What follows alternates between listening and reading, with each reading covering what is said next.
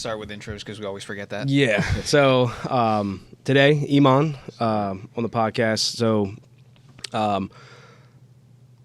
you just started your professional. Is 2025 going to be officially your professional career? Is that how this goes? I'm trying to find a fight. I wanted to fight in April, so I mean, if that don't work out, then definitely before the summer. Yeah, that's gonna be my first pro fight. Yeah, first professional fight in MMA. So MMA fighter. So I guess we'll just kind of give us a little background on you and like what you're doing today, and then just kind of how you got there. Well, I was born in Delaware, lived here my whole life. Well, not here, but there. Yeah, same.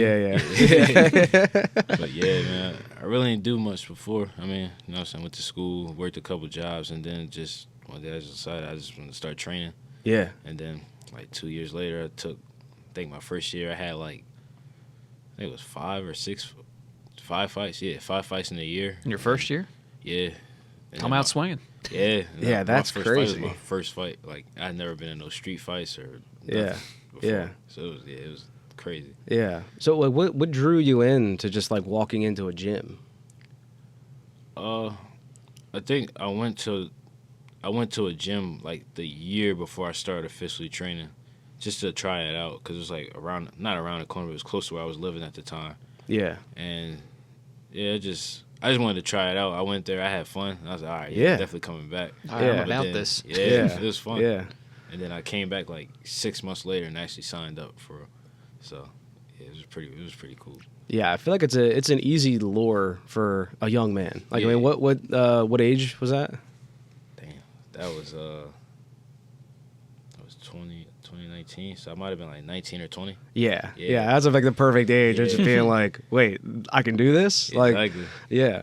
Yeah. So, because like that's another thing where like it's kind of nuts. Like in school, like they always tell you like, you can be whoever you want. Like you can be the president, and you just go, okay, yeah. You're like, nah, you know what I mean? Like nobody like they're trying, but like no one really tells you that they're like, hey, like there's a whole career path that's like not working 9 to 5, and you could do like whatever. Especially, it's like schools are probably catching up now. I would hope so. Where they're like, social media is like a different thing. I don't know if they're pushing for that in school. Well, no, I mean, not social media. I get it. Like, is not like probably a career path, but I just mean like, like the world's a different thing. So like, there's even people that, would say that like, you don't even have to be the best MMA fighter or like the best at whatever you do. If you have the better crowd, like that's advertising dollars, and like that's what a lot of people, that's what a lot of people see, and that's what a lot of people like want, and it seems to be like the more like clear path to success. I mean, in social media, it looks like a ton of people make their money off of just making purposefully shit content because it pisses people off. Yeah, exactly. And I think Jake Paul would be a good example of someone who just plays the villain. Yeah, and wins. Yeah, right. And so, and that's another great example. I mean, like, obviously he had to be a great fighter. Yeah. You know what I mean? Yeah, he couldn't just walk in and get knocked out every 2 seconds. Honestly, if you talked that much shit and still got your shit rocked and then went back and talked more shit, you're going to get engagement. Yeah. But, and obviously that's not the path, like, everyone wants, I mean, like, most people just, like, want to be great. Yeah. Most people want to be recognized for being great, not recognized for talking shit. Yeah. But they just don't like tell you that in school, where they're like, hey, like, there's like these other paths like you can take, so for me at least, like I just never even thought of it. Like, I never thought like, people could be actors. Like I was like, no, like that's just like, that couldn't be me. Yeah, it's crazy, or like whatever, or like famous, and then I like turn around like a couple years after high school, I'm like, these guys are like in the octagon. So like, so it's cool that like, like the story usually always kind of goes like someone just stumbles in and they're like, I'm hooked, Is that it? Not for me. I mean, I always, since I was like, I want to say like 10, I always knew what MMA was, and I was kind of like, I was a more of a wrestling fan, but like I think it was Brock Lesnar. When I found out that Brock Lesnar came to the UFC, that's when I was like really start to look over there, and I was like, all right. And then because when you're younger, well at least for me, like I didn't know how to watch it. So, like, I would be scrolling on the guide on TV, and I would see the pay-per-view names, and I was like, oh, shit. But you click on you can't watch it. So, and I didn't know how to work YouTube yet. Now I know how to get, like, the fights for free and stuff. But, like, back then I didn't. But, I started playing the games more. and then started playing games. That started getting me like really hooked onto it. So then by the time I started to figure out like this actual schedules, I was like watching like all the time. So like the whole time I was in high school, I was watching it every day. So by the time I graduated, I was like, yeah, I want to do this eventually. Yeah. But, I don't know, it's just that shit.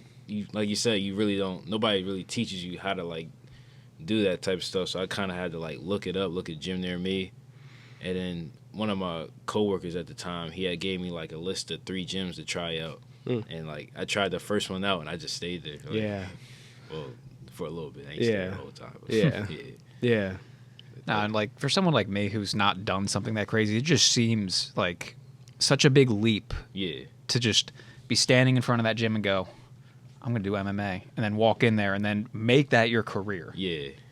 Yeah, and so that's a good question. Like, that's a good point. Like, so when you walked in, like, it kind of seemed like you weren't really even like thinking it was going to be your career. It was like you just loved it. Yeah. You loved it like since you were a kid, and you were like, I can actually go do this. Like, I'm going to go do this. Yeah. It took me like a year and a half after I started training to start to feel like I could do it, because that was the gym I went to. Like, I don't want to talk like bad on them or not like that, but like it wasn't.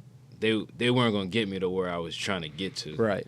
And then like when I realized that, one of my teammates, he had told me about another gym, and then when I went there, and then I go in there, I see all these like fighters in there, and I was like, oh shit, like this. Yeah. This is another level. Yeah. I started training with them, and like I was training with Isaac, and I was like, okay, like I was like, okay, I can hang with these people a little bit, or at least I'm learning like every day. Right. And I'm like, you know what? If these people in here, and I can see them, touch these people, I'm like, I feel like they'll put me on the right path, and then it just took off from there. Yeah, and that's awesome. Yeah, and I know what you're saying, because like not every gym can be training like killers. Yeah. Some people want to do it recreationally.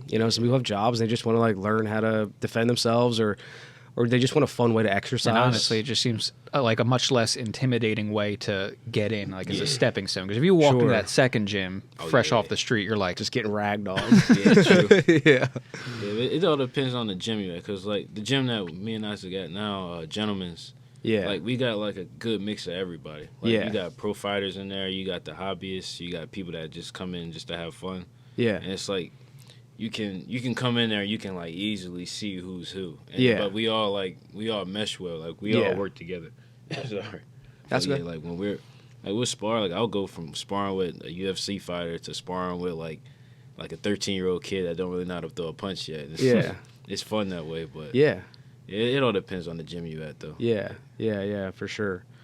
Yeah, and I feel like there definitely always is like that little bit of a mix, but like you were saying, like there's a vibe where when you walk in, you're like, you kind of see these heavy hitters, and you're like, yeah, these guys are gonna teach me something. No, yeah, that's cool, man. And so from there, like you're kind of just doing your thing. Like at what point was it like, were there like jiu-jitsu matches, or like what was the next like kind of step for training? So my first year of training, I think after like 6 months, my coach at the time, he had told me about like a jiu-jitsu tournament, and I was like, well shit, yeah, I'm down to do that.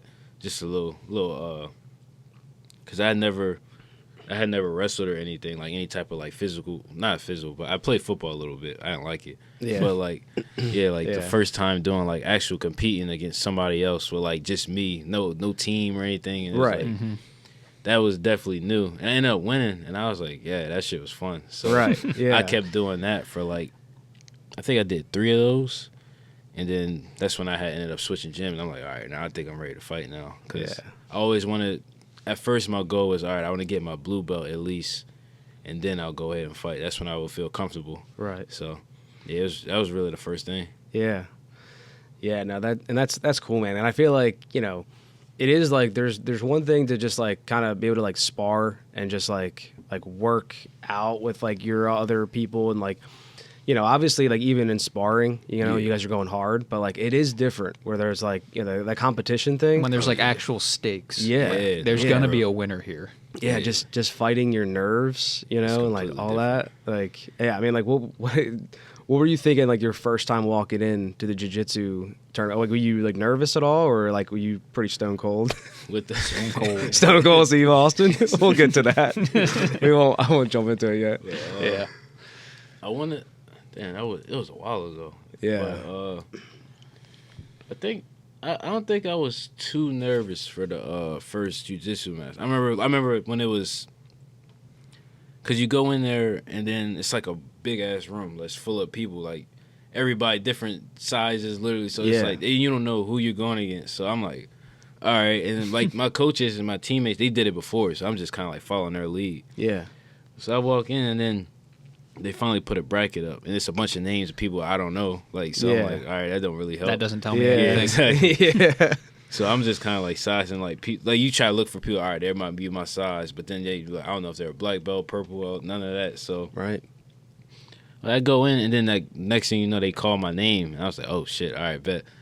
So, but I remember leading up to it, I remember my coach kept saying, he's like, you don't want to get your hopes up too much, because it's your first one. Don't expect to win. Yeah. And me, I was still young at the time, so I'm like, yeah, whatever, I'm about to win. Dude, I'm gonna crush this. Yeah. Like, yeah. So I went in, I was kind of confident. I'm just like, all right, whatever. But then I see the dude I was going against, I'm like, oh, I'm about to smoke this dude. So we go, and I remember, like I said, it was my first time competing against somebody else.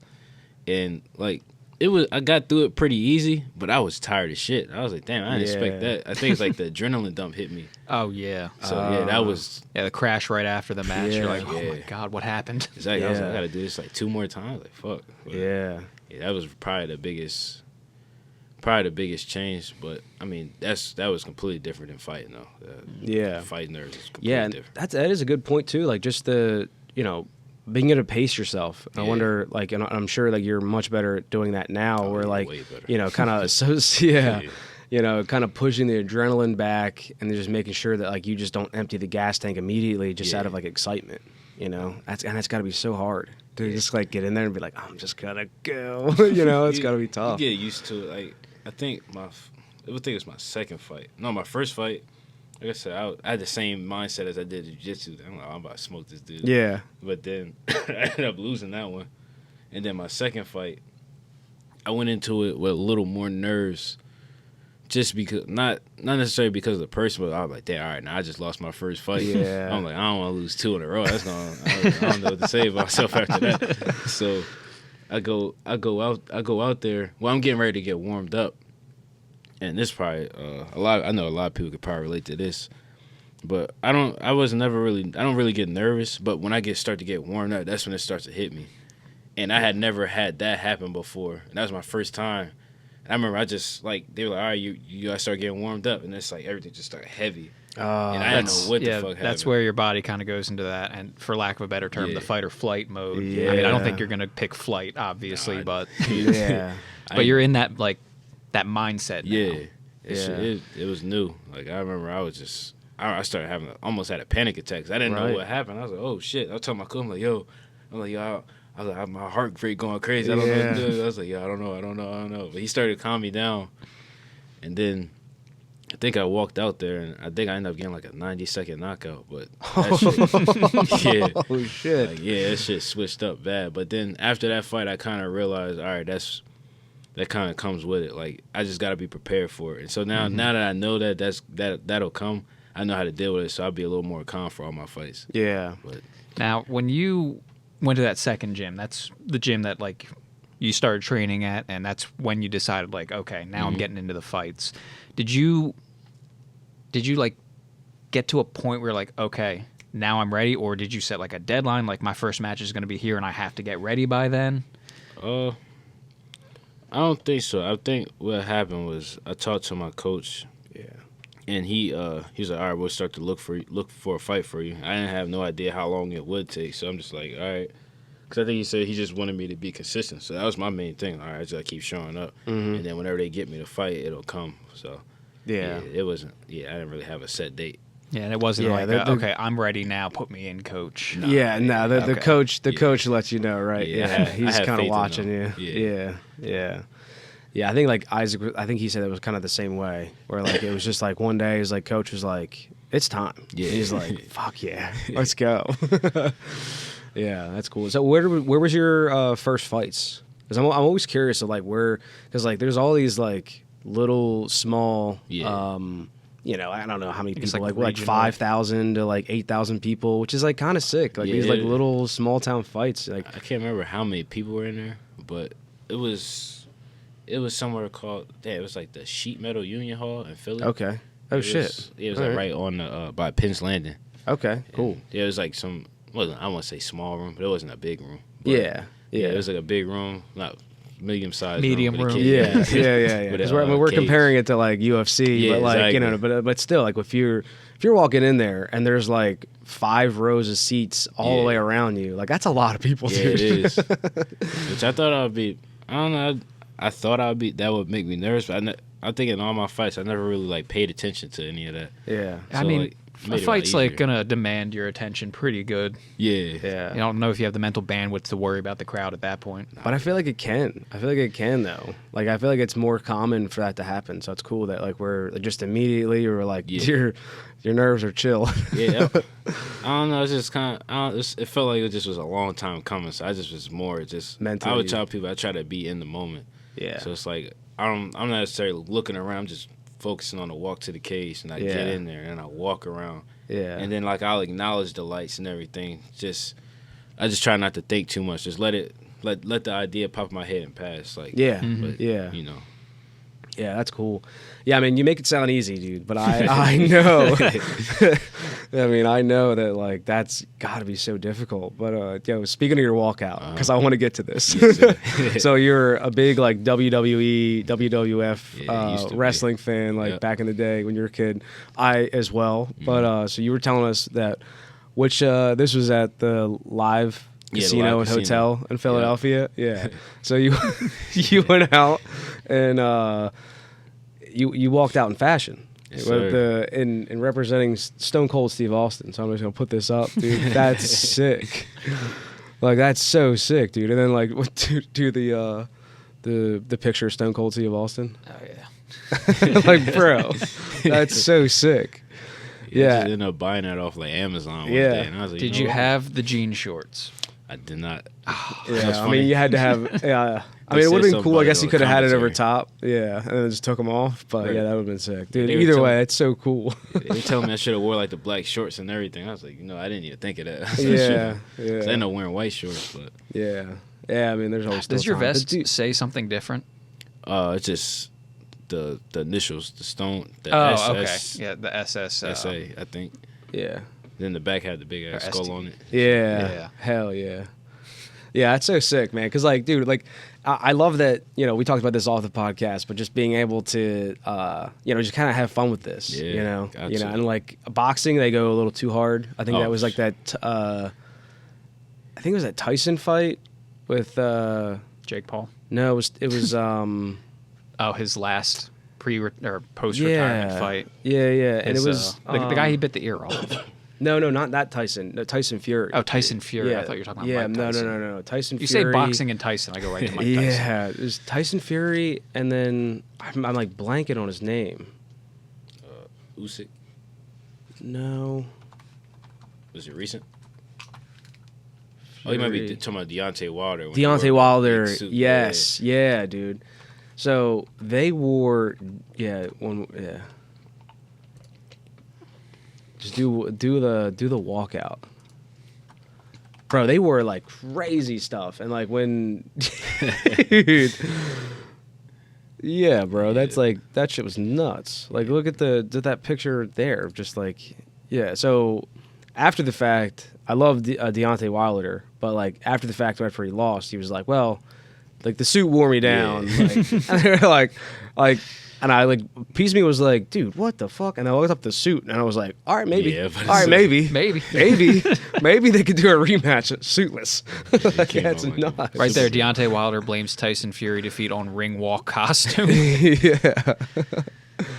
Yeah, it was crazy. Apparently, he tried to go for a rematch. Yeah, shit was big as hell. I remember that was wild. Yeah, it was crazy. Yeah, his son's really good too. I think his son was like gonna fight or did fight Jake Paul. Forget. Oh, that's his brother. Yeah. Oh, it's his brother. Yeah, Oh, yeah. I thought it was his son. Nah, Shit. nah. Oh, yeah. Tommy Fury. Yeah, Tommy Fury. Yeah. But yeah, so you were so the venues. Yeah. So like, just like a couple small venues, and then you went. I mean, how many, like, I guess, what do you call that? Like, unprofessional fights or like amateur fights? Yeah. So like, how many of those are now like under the belt per se? I had 8 of them. Okay. So wow. Yeah, I went 6-2. I won my first fight and I had lost my last fight. So, okay. Yeah, about to go pro next. But yeah. Yeah, that's crazy, man. I mean, just like going pro, and so I know like with Isaac, you know, like he got signed with Maverick, Oh yeah. right? So yeah, so I don't know, like I kind of forget exactly what that process looks like for, and then I guess like is it gonna be different for everybody? Like are you looking at this and like in your pro career, like looking to get signed now? Is that how that works? It kind of, I'm not completely sure, but I think it really kind of all depends on who offers me fights. Oh, okay. So like right now, the number one, most likely I might be fighting for an organization called Art of War. Okay. But you never know. Like the CFFC comes with like a good fight for me, and right. I haven't heard from anybody yet. So honestly, whoever comes get to me first, probably whatever makes the most sense. Do you need to be signed for it to be a professional fight? I think the professional fights they go by contracts. So okay. you kind of got to. Yeah. Gotcha. I don't know if you got to sign like a whole 6 or 7 fight deal or anything like that. Like right. You might, like if I'm making my debut, I might be able to do like a one-off. But yeah. But basically, you kind of technically do got to get signed because you got the contracts and everything. So it's kind of like a free agent period for now, you know, just kind of feeling it out. He's and I'm available. Sure, like, that's like, I guess like you're kind of like on your coach to just kind of solicit you out and just like, hey, like, you know, he's available for a fight, you know, and you're a welterweight, right? Is that technically? I was, but my last 2 fights were at welterweight. Yeah. But I'm trying to go all the way back down to 55, so I'm trying to stay a lightweight for the next one. Yeah, okay, cool. Just kind of make it a little harder to find. Not harder, but not as easy as I used to because now I got to lose the weight and everything. It's hard getting down there. Yeah, it's definitely not fun. Yeah. Yeah, I know. So like Isaac was telling us that like he just found like the paleo diet, like just eating like fish and like just I don't know how he did it. Yeah, I think he told us that he just found it like even before he started fighting. Yeah, where like he just watched like a PETA video and was like, "Bro, I'm out on flesh." Like he was like, "I'll eat fish." Sorry to hear that. I know, dude. That's what I told him. Like we tanged off so hard on it when we did this podcast, but it was like I was like, man, like what you're saying makes sense. Yeah. But I'm like, I'm having a hard time coming with the fact of not having steaks and burgers. I'm like, bro. I mean, if I'm working at like in Plymouth Meeting, I'm going to Mission Barbecue. Yeah. Yeah. I'm getting brisket. Yeah. I mean, like you can still have like fish tacos and stuff like that kind of. Okay, don't get me wrong. I love seafood. Yeah. But I don't think I could give up steak. Yeah, and it's expensive too, man. Like, you know, if you want to like the easiest I feel like to switch, like if you're going to like the fish is like salmon, where it's like the most like hearty, but like bro, salmon's like, expensive. Yeah, like we're talking like it's so good though. Pound for like if you're gonna eat like a plate of salmon, a salmon steak. Yeah, like a salmon steak, like a regular steak, maybe like if you bought it from the grocery store would be like $16 to $20 max dollars. I mean, like we're looking at like $30 to like $40 and just like salmon. That's one night. Yeah, it's crazy. I love eat some salmon though. Yeah, I ain't gonna just eat salmon. Yeah, exactly. It's hard, and I bet like you know as being a fighter, that it can be difficult to like you know kind of manage like weight and also like just eating like trying to eat good. Yeah. Making sure you got energy for the fight. Yeah, but like for a lot of people, it seems like I know. So like the Danaher. So like Danaher Death Squad. He's said multiple times where he's like, I don't really care what they eat. Like they can eat McDonald's all the time. I just want them training. Yeah. You know, and he's like, I have not seen any difference in like all these guys bringing in McDonald's bags and egg and cheeses in the morning, and like these guys they train hard and like it doesn't affect them and they still make weight and like. So like, what's your opinion on diet?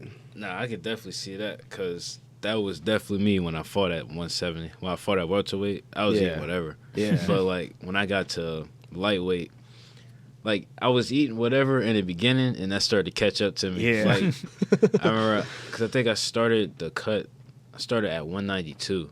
Yeah. And I had to get all the way down to 155. Oh my god. Yeah. It took me. That's crazy. Like the adjustment period, I kept procrastinating on it, so it take a little longer and longer. Like I think I had to fight in June, and I started to cut in like, what was it, March or April.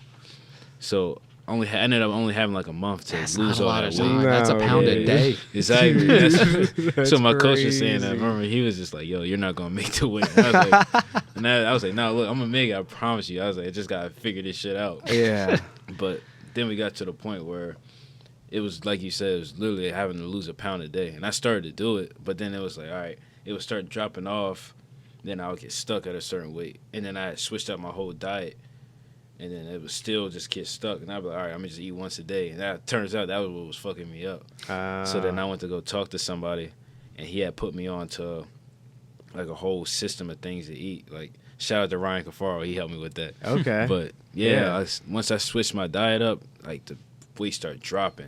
It got, like, really easy. Okay. And I ended up making it. And I was like, all right. And I made it kind of easy. That's fucking impressive. Yeah. So that's cool. So, like, now you have, like, a system. So, like... So how do you feel now? Like, you feel like you can kind of rely on that system, like, generally speaking, maybe give yourself, like, 4 months of it, you know, instead of... See, like, now I wanted to fight, like I said, I'm trying to fight in April. So what's that, like 2 months away now? Yeah. So yeah, like, I'm like, all right, I think I was, last time I weighed myself, I was like 179.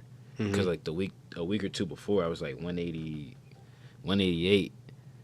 Because I got sick, and it helped me lose the weight, so I'm not complaining here. So I was like, all right, man, I'm 179. Like, getting to 55 from here wouldn't be hard. I'm like, I could take a fight now. So it really just comes down, like, just to making sure I'm a little more disciplined on what I eat. Yeah, start cutting 6 months ahead so you can procrastinate it out to 4 months. Exactly. Exactly, man.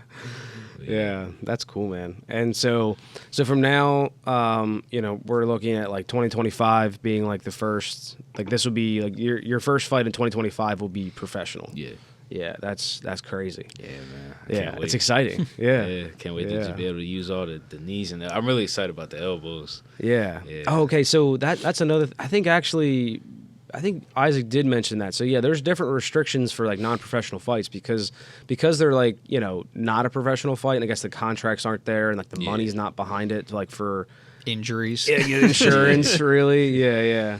So there's a lot of restrictions that like keep you from being able to like fight the way that you would like to fight. Yeah, it goes by like it's different state to state.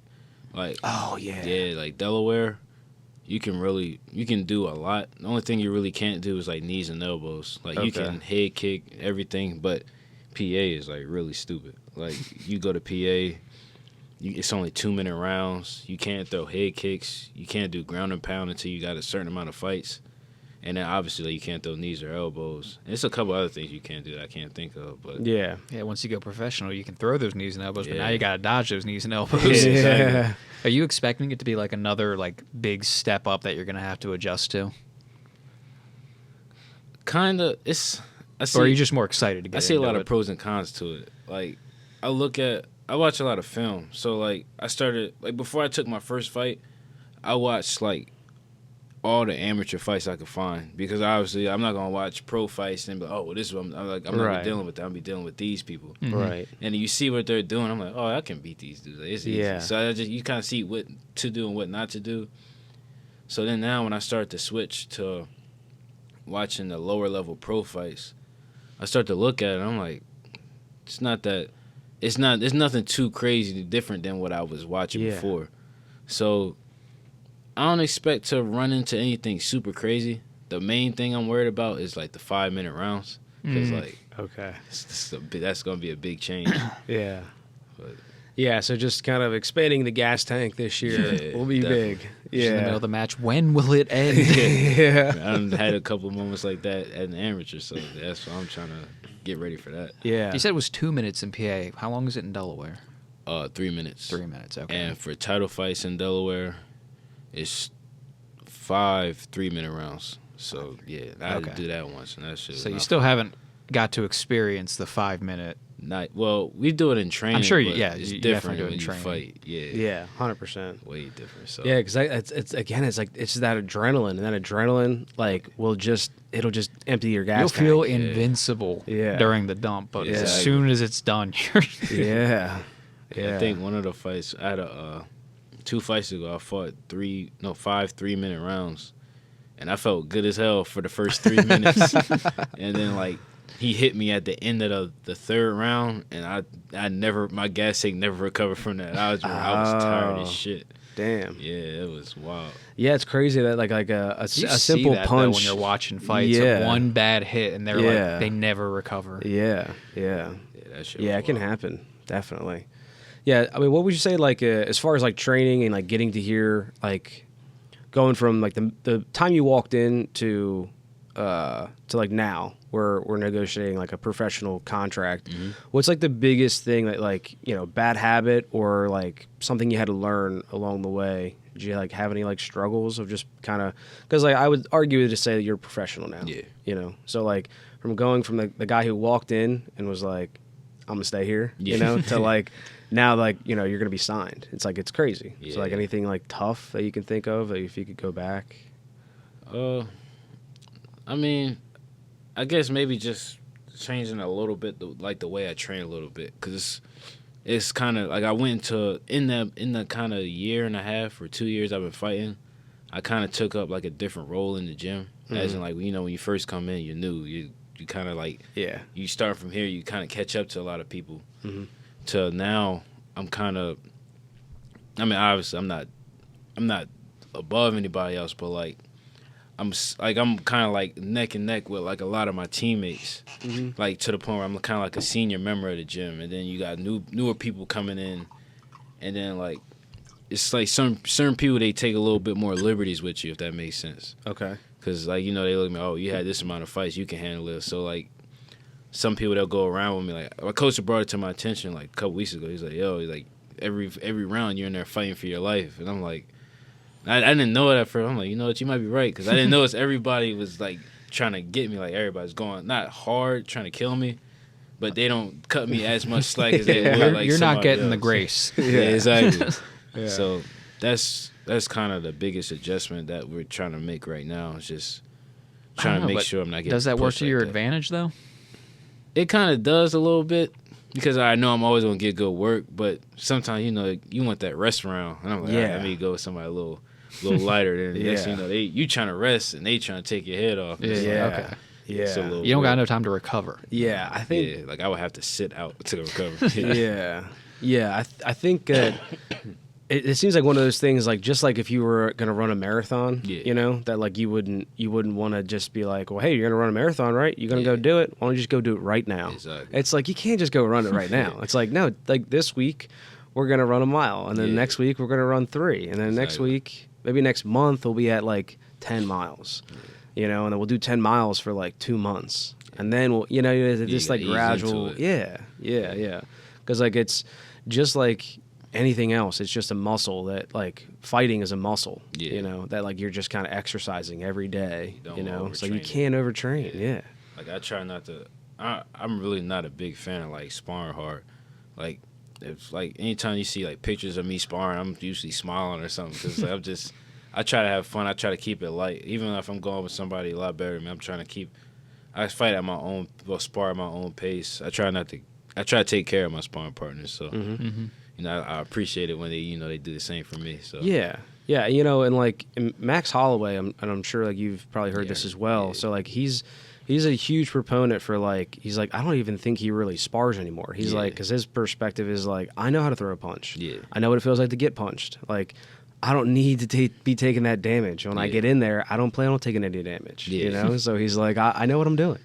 So like, I think there does come a point where like you can stop getting your bell rung. You know, where like, you know, at the very least, just doing it with like long periods in between, you know, giving your brain literally a rest, you know, I think it's important. So. That's my problem. I just like sparring too much. Like, that's the day of the week I look forward to the most. But like I said, because I know how I am, I'll just, you know, like I said, try to keep the sparring light. Yeah. Because I don't got as much experience as Max Holloway, so I'm not at the point where I can't. Yeah, exactly. It takes time. You're still training. Yeah. Exactly. Yeah. What do you think about like Muay Thai? Because I know like the Muay Thai, a lot of their strikes are just kind of touches, especially when they're sparring. Yeah. It's actually kind of like a beautiful thing to watch them just be able to just kind of like touch, Yeah. and like it just with such precision. Like they could spar with like a 10-year-old and like not hurt them. It's crazy. It's like, I mean, were you ever interested in like training that, or is that not going to be your style? Well, that's kind of how I. Well, yeah, we got a Muay Thai program at the gym. Cool. And it's like, it kind of, I take from it, but like you're never gonna see me in a fight with the full blown Muay Thai stuff. It's just not my style. But I mean, that's why they call it mixed martial arts. You're taking what you can from everything and putting it together. Yeah. But I will say I am taking like the knee. Like I said, I'm excited for the knees and elbows. So I've been working that a lot more. Yeah. So like I said, it's just. I take from it, especially the way they spar. Cause like I said, that's kind of how I like to spar. Good. I like to spar playful and like I'm not throwing bombs at people. And, Yeah, no, I love hearing that, man. I really do, because I think that it's a crazy career path. Yeah. You know what I mean? Like, and on top of that, like, there's a lot of guys who just like, after some time, like depending on how they've trained, like they just don't come out the same. Yeah. So like, it's a good path. It's great. It's an amazing sport, but like you do got to be careful. Exactly. You're not, it's crazy. And you know what else is I do want to bring up too? I thought was kind of nuts is that like, there's not like any like major like injuries or death that's happened in MMA. I think only there's like been a couple like major injuries, like most of them are in boxing. Yeah. But the amount of people that have died in WWE and in wrestling, crazy. I think there's like 3 people. Well, I mean, you've Like, seen or WWE, maybe more. they're flying across the ring. Yeah.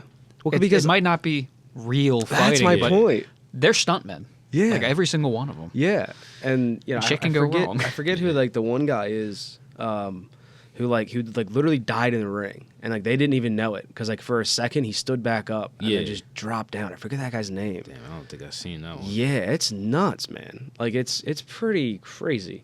I think And so I've like seen to be one with to Rey Mysterio.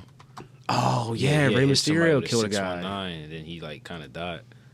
Yeah, I think that guy died from like a heart murmur. Ugh. Man. Yeah. But yeah, Rey Mysterio fucking knocked that dude out, and he just never got back up. Exactly. Yeah. But yeah, and all those other podcasts with like these like big time wrestlers, they that's the guy that Rey Mysterio hit. Which one? Heart failure, probably the one you're on right now, maybe. Oh no, maybe, no. That's forever ago. That I think it was in the 60s. Mexico. Yeah. But yeah, they were talking about like just so many times where like these guys would have like, because there's like so much politics, like behind the scenes, where they're like, yeah, fuck this guy, I'm gonna, because if you know that like that guy's gonna be the heel, that you can just beat him up, Facts. and then like if you don't like him, things aren't going like whatever, you got kind of have a grudge, and like you're at liberty to just like really mess this guy up, Yeah, it was crazy. And like I know like The Rock had huge issues with that at the beginning. Yeah. Like he almost like didn't make it, which was crazy, because like people hated him so much, like because he was always the heel, but like he was like the most hated heel. Even the fans like actually kind of hated him. And he talks about like just this like kind of small curve that just starts to happen where he starts like winning the crowd over, and like just by chance, and right. And he's one of the greatest to ever do it. It's crazy. But yeah, it is crazy. Like to go with like wrestling being like fake, but it has like the most deaths. I think there's like more people have died in WWE, and like a lot of suicide in these. Well, yeah, it's a lot of brain damage. Like even with Chris Benoit, like he was doing like flying headbutts all the time. Like, right, dude. Like, and then like the big old ladders that would throw people off of, dude. That shit was insane. Crazy. Yeah, the bumps they used to take was wild. I remember, I think Owen Hart died from like I think they had him coming down from the rafters, and like his harness like malfunctioned. He ended up falling all the way from the rafters and died. Yeah, they had to like tape over it. That was WWE or like a WWF at that time? I think it was like in like the 90s, I think. Yeah, it's probably WWF. Yeah, that shit was crazy. Yeah, that's nuts, man. That's why I just was so fascinating to me to learn that more people had died in like fake wrestling than real wrestling or MMA or boxing. Like the fake shit is the most dangerous. Because they're doing all that over the top stunt shit. Yeah, exactly. Combined with like all the steroids and everything. I know. That's why they had an abandoning that, like I think in like the 2000s. Yeah. Yeah, I remember that was like a big deal back then. Yeah. I know. Like you brought up Brock Lesnar. That was the reason he like didn't keep fighting. Yeah. Is that they're like, you guys gonna keep piss testing me? What the fuck? I thought that was like a one-time thing. Yeah. Then he came to the UFC, started doing more steroids. Yeah, I know. I think he did get popped. He's like, I didn't know you're gonna test me again. Yeah, like, what the fuck, dude? I'm huge. I think the one time he popped, like the UFC knew he was going to pop, and they tried to cover it up. Oh shit. Yeah, because he was supposed to. I think he fought Mark Hunt at UFC 200. Yeah. And I remember what Mark Hunt was what he found out about. He was tight. Like he tried to sue. Well, he did sue him. Yeah. And, like I think they still been in court since. Yeah. And that was like damn near about to be 10 years ago. Yeah. That's crazy. Yeah. I mean, it makes sense, man. Like, you know, if someone was going to show up on steroids and, like, that, dude, that's your livelihood. That's and, like, what I'm saying. you know, that next fight could be, like, the trajectory that, like, launches you to, like, you know, infinite money. Like, fuck you money. Like, that's life-changing, you know? Have you seen that movie, The Iron Claw? Nah, I haven't. That's the one about the wrestler, right? Yeah. I haven't seen dude, it yet. it's so good. Damn. It is so good. And then also the one with, there's another one, Foxcatcher. Foxcatcher. I've heard of that. So one, we yeah. talked about it on the podcast. Wasn't So that's that like Steve Carell in like a serious role? yes. But so that movie's they're both based on like true stories. Yeah. But the Foxcatcher was based on the Foxcatcher wrestling program that they had in Newtown, Pennsylvania. So like right up to or Newtown Square technically. Yeah. But that guy was one of the DuPonts in Delaware. Oh shit. Yeah, like a crazy like weirdo, but he was super big into wrestling. Yeah. And that guy, but like was as you can imagine from being a DuPont, he's a little different, you know. So and like a convicted murderer. Oh shit. well, so what ends up happening, man? Like spoiler alert. So like he ends up killing. Pull that off. I already forgot his name. Mark Schultz. Or no, he kills Dave Schultz, the Olympic gold medalist. Yeah. Oh, they were both gold medalists. Yeah, but at the time, like Dave Schultz is training Mark Schultz, his little brother, at this gym with him. And this dude was like schizophrenic and crazy. Like, man, dude, it's a crazy movie. And I think Mark Schultz ends up in the UFC at some point. Oh shit. Yeah, I mean, dude, it's a crazy, crazy thing. And he definitely did do wrestling. I might have to watch that. Yeah, man, it's a good watch, and it's so well done. It's such a well done movie, and what is just so crazy, like, dude, DuPonts, like the same people that are like the Longwood Gardens, and like, this guy was like right up here. Controversial family.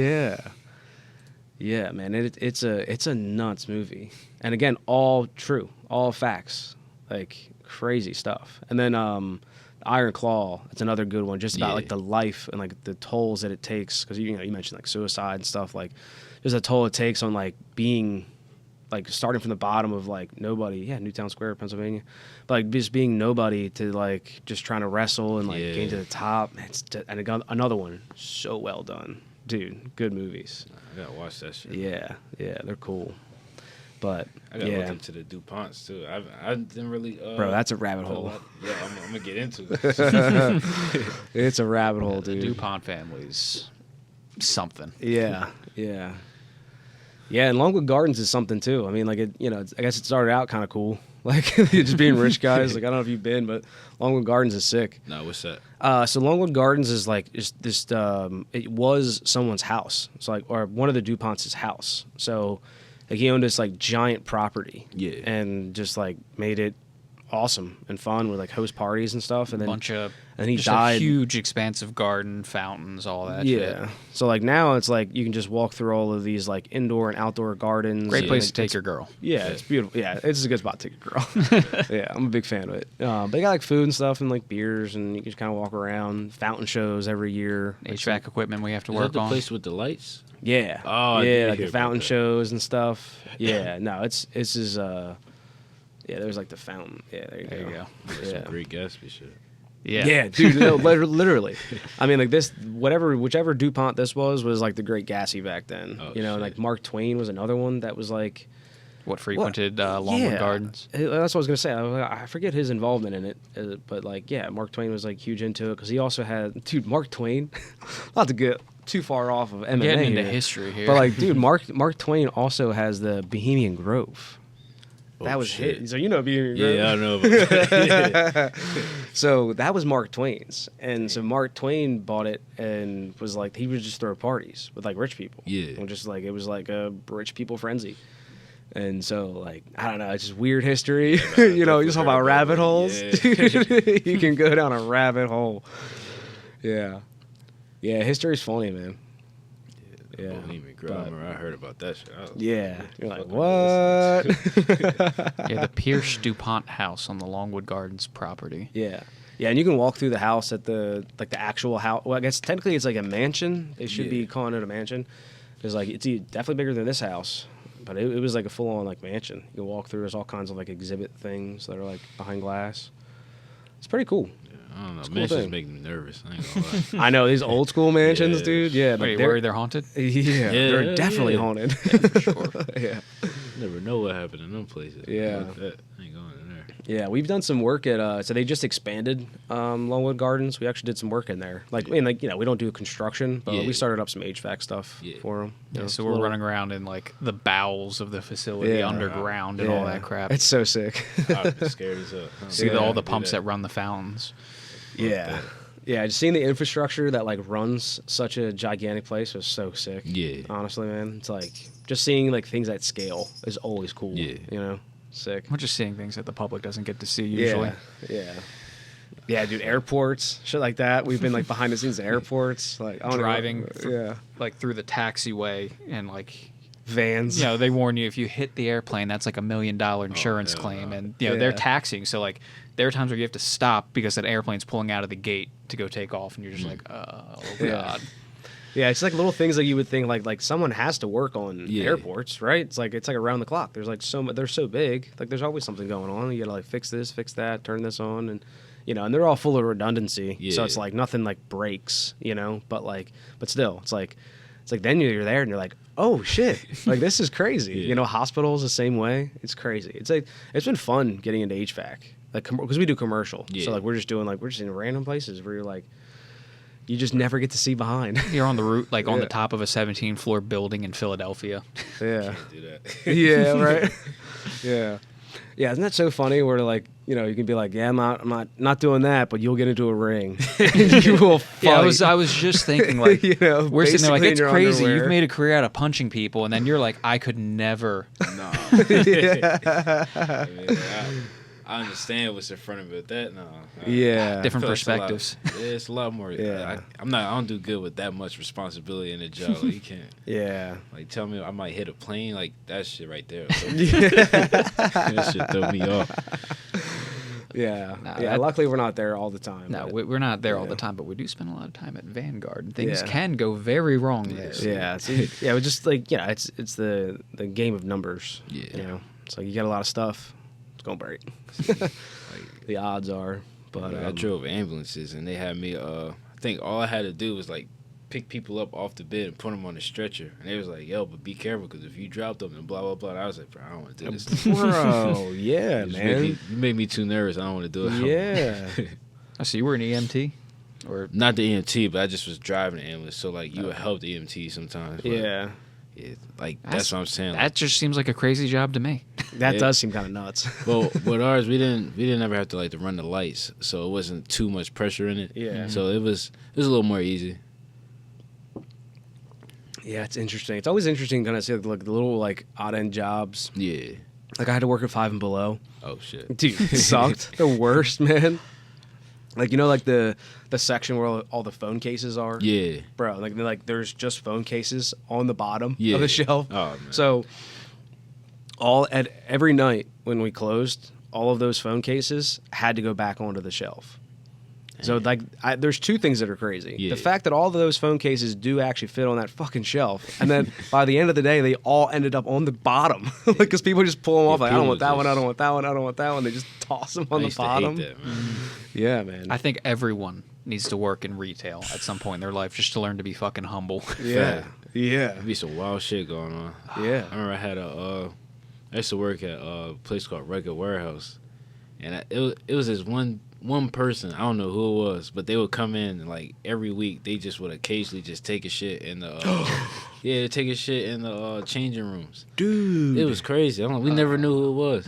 Bro, We used to have people come in just randomly. Like we had a dude that would come in. It was a buff dude come in.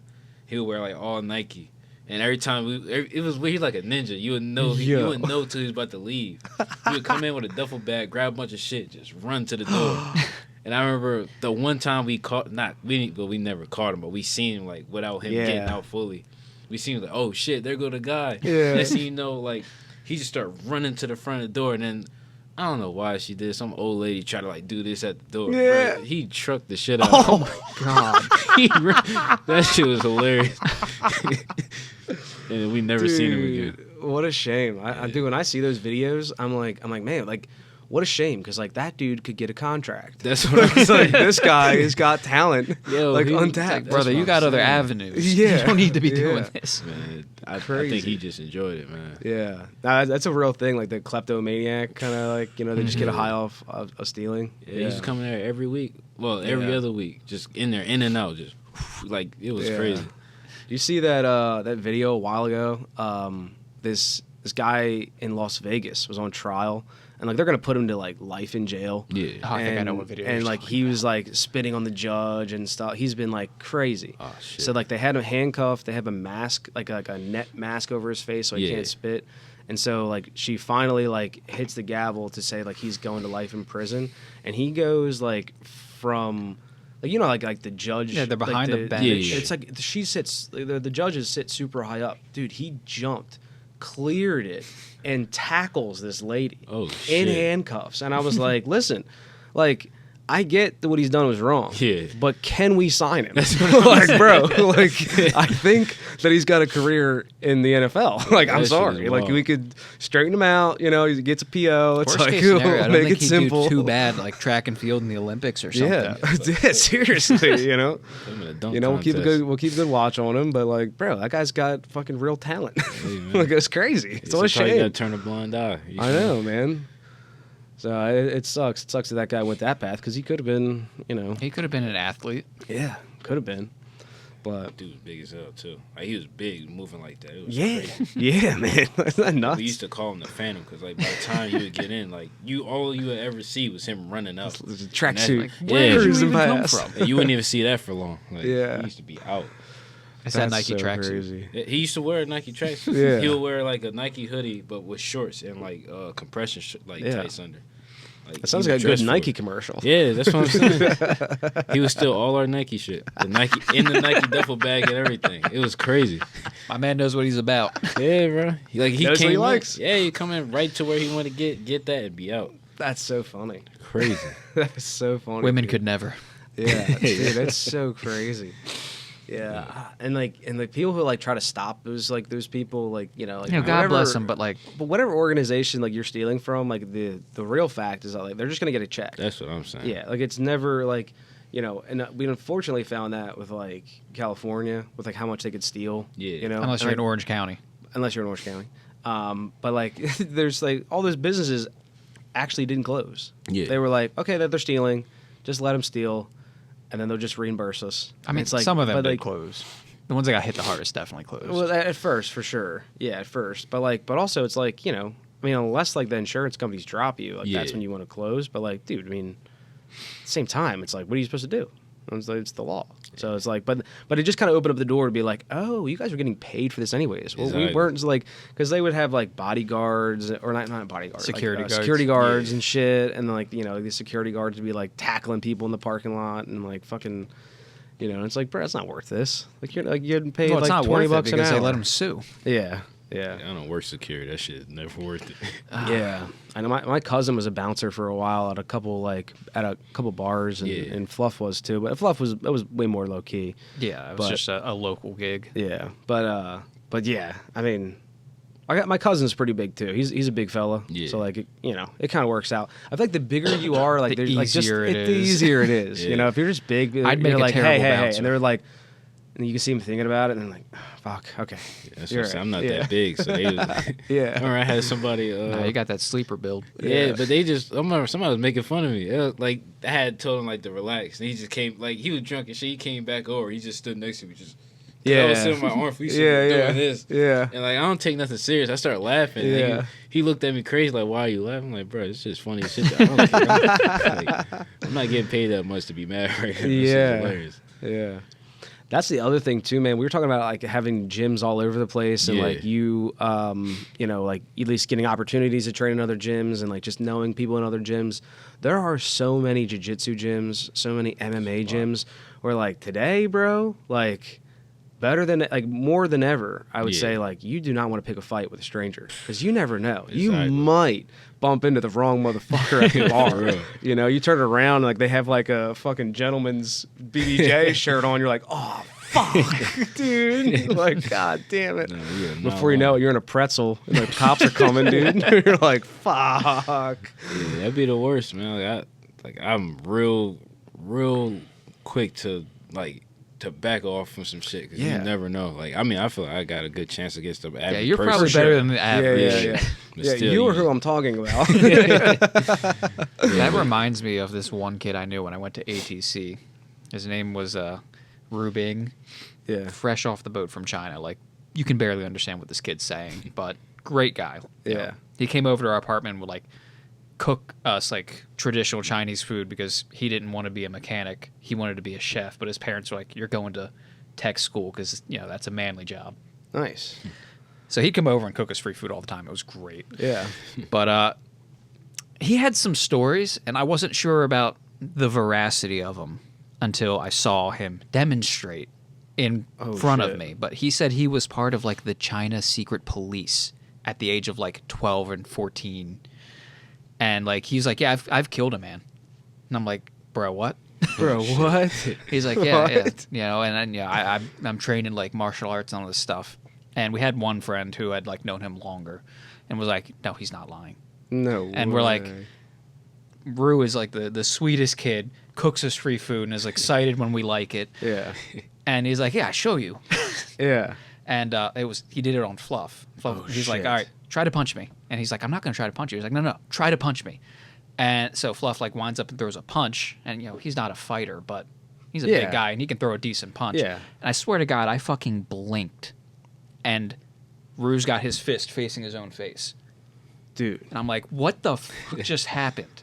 That's He's like, okay, do it nuts. again. And he does it again, and I still can't fucking see what he's doing. Yeah, Dude. fuck that. Yeah. So I'm like, okay, and Rue might have Fluff- been part of the secret police. Yeah, and Fluff is a big fella. So I'm like not that's fucking with Rue. yeah, he's so we I think he's got a restaurant in Delaware now. no way, Yeah. dude, that's sick. Well, dude, good for him. So He figure out his own path. came by to, like, visit. He, like, texted us. He was like, hey, you know, I'm in the area. You want to, like, you know, grab dinner, hang out, catch up? And we're like, oh yeah, of course. And so we meet at, like, Hibachi. You guys didn't meet at his restaurant? That's crazy. No, this was before. This was before he had his own, like, restaurant. He might have been working at another restaurant, but it was before, like, he had his own. Yeah. But you know, he comes back up, and first things first, I haven't talked to him in, like, a couple years.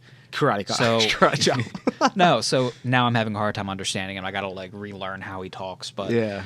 he fucking pulls this ninja bullshit where he, like, oh, I'm going to the bathroom, I'll be right back, and he pays the fucking bill for all of us. I'm like, dude, Ooh. Ew, shit. Gangster move. That's a Yeah. gangster move. great guy. I need to reach back out to him, talk Yeah, to him again. definitely, man. Get him on the podcast. Yeah. I don't know if I ever met that guy. No, you have not. Yeah. Yeah. No, he went to ATC. Yeah. But yeah, don't know if I was up crazy shit. Yeah, that it's dude wild. sound dangerous as hell. Yeah.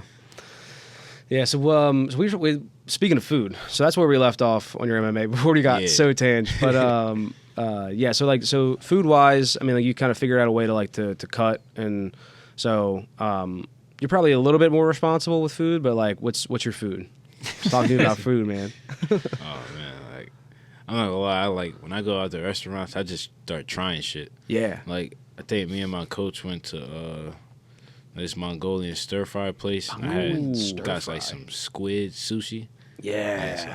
I eat anything. Yeah. Except for onions. I don't like onions. But anything. Dude, that's crazy to draw the line at onions. That's nuts. I gotta try everything, but onions, I'm out. Onions. You and Fluff would get along great. I can't stand onions. That's funny. I don't care if they sauteed, raw, especially raw.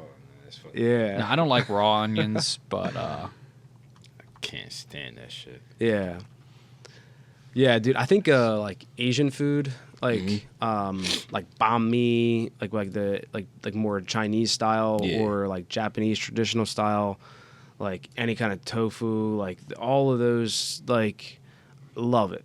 Never had tofu. Well, I mean, I'm just like as an example, like for Japanese, but like I'm more of like the raw sushi kind of like kind of vibe, but yeah, anything like that style, like they have like those steamed buns. You ever had one of those? Nah. Like never. dough buns that are like filled with, like sometimes they have onions in them. I'll warn you now. I'll warn you now. But like they're in there, and it actually might not even be onions. They may be like leeks. Yeah. Which have like a similar texture. So Yeah, you might be out. Yeah, I don't know. Oh, okay. Yeah. So it's more of a flavor. It's not the texture. oh, I'm a big texture guy. It's a texture and a flavor. And I honestly, I'm not gonna lie. I think now it's just like if you put onion in my food, I don't know. I would know, it's but mental. like if I'm too hungry, I'll eat it. Yeah. But like I just don't like onions. I don't know what it is. It's not even as much the texture or flavor anymore. It's just I feel like I'm not gonna lie. I think it's just I might be in too deep. Like it's just been too long. Where I don't want to like onions now. But yeah, I mean like just like traditional like ramen noodles, like not like the noodles you get in the bag. But like traditional style like that, it's so good. Definitely. And there's so many things like, especially like when we work a lot in Philly and we just find these like little like Japanese like restaurants and like stuff you can just get like a quick like roll and like little things. Ah, dude, it's so cool. I don't know. Every time I'm in Philly, I just have to go straight to Taco Delphia. Yeah, Taco Delphia is cool, but yeah, but I feel like if I had to live somewhere and like that's the only food I get to eat, I'm going right to Japan. Oh shit, like that's me, man. I'm gonna be in Japan, or like Thai food's really good. I don't really get into like curry or anything, but that's what I want to try next. Yeah, curry. I want to start like getting into like Indian food. Yeah, because I hear Just like people not Indian street food. Yeah, not going to street food, dude. I'm sure you've seen those videos, bro. That shit is nuts. Yeah, I can't wait for them to find spoons. They figure out spoons, bro. I'll be there. I can't wait for them to figure out tables. Or gloves. Tables would be sick. Yeah, At least for prep.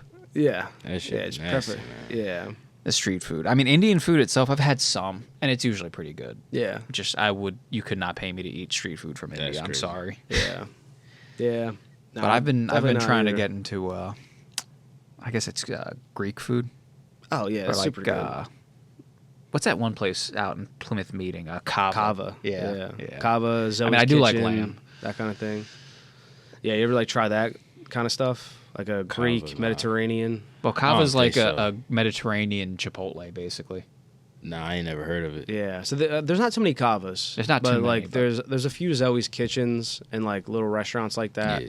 where it's like, like they have like Well, Kava is not even, literally like, like usually, Chipotle, like, even where you go up, rice. you can like get a bowl, and then you like pick your protein, pick your Yeah. greens, pick your grain, beans, whatever, toppings and all that. It's literally like a Mediterranean Chipotle. So like if you want to like sample shit, that's kind of Yeah. probably the way Yeah. to do it. Yeah, like I kind of more getting into like a little bit of Italian food. That and like you said, I've been eating a little bit more Thai food. I had like the Thai basil type stuff. yeah, But that shit is good. But I've been trying to eat a little more clean. yeah. Like especially after that weight cut, it got kind of fun to the point where I was like, all right, I kind of want to start like experiment with like that stuff a little more. Yeah. Cause Well, I they think, say restrictions breed creativity. yeah, like Right. I think I made steak, eggs, and bananas. Like I kind of like Whoa. mixed it up. It was good. That's interesting. Yeah, they was cooking me for it, but I'm like, look, man, I don't got too many options right now. So, so you gotta get creative.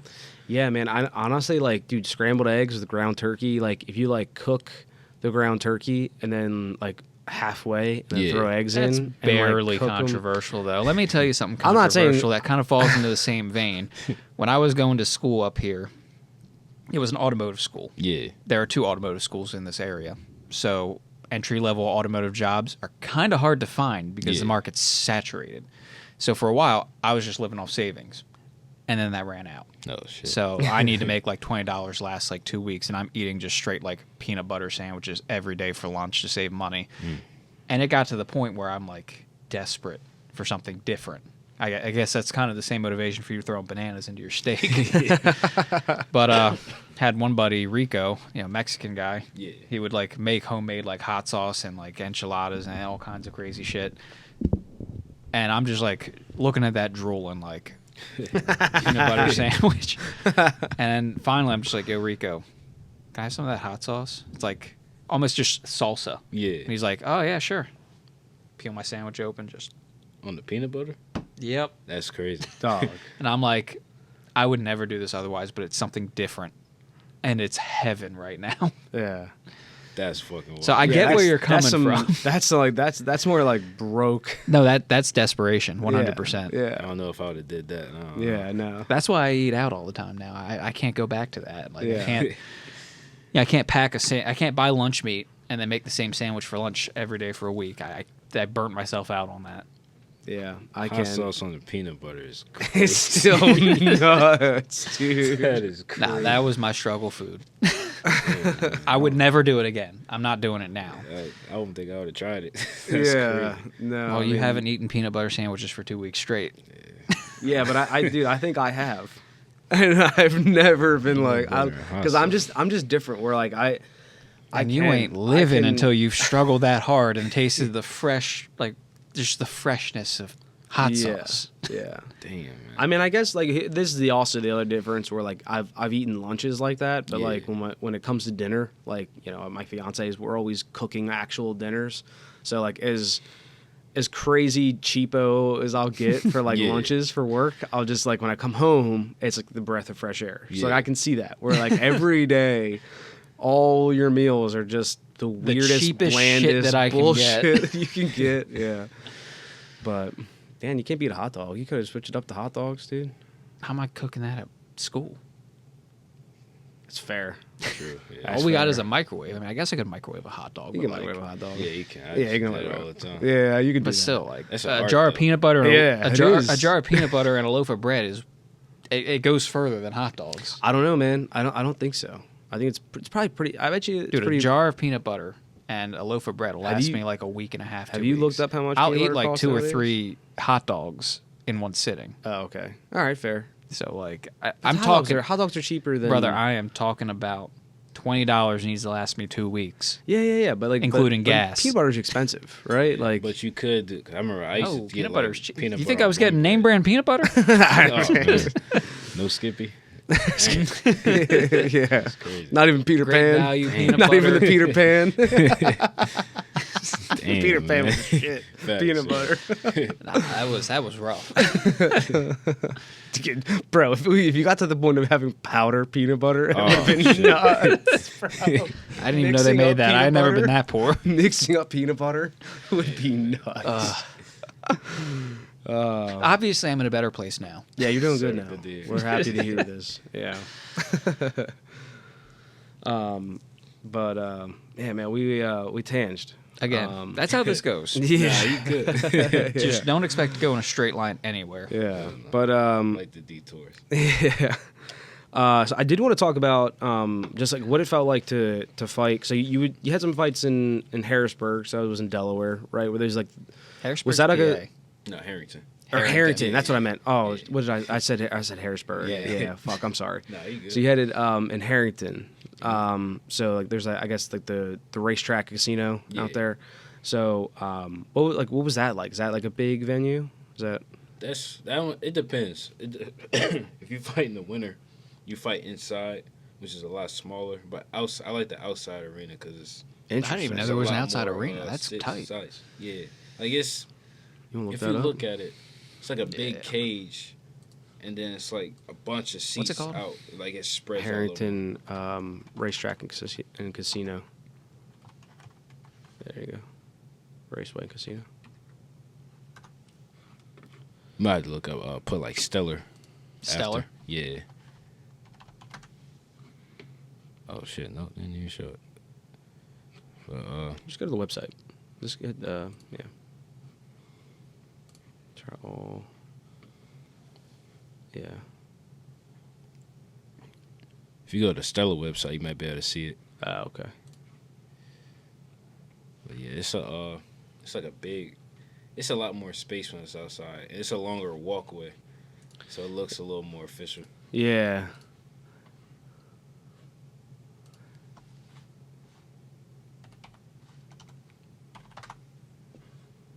Yeah.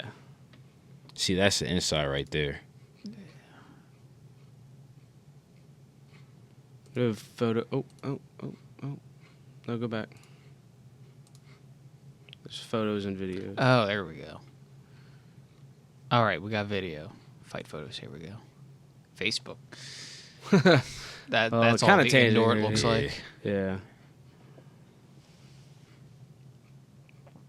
Oh, there. Well, you can get to like see all There go photos me. on the right side. I said, look familiar. Oh shit, that's nuts.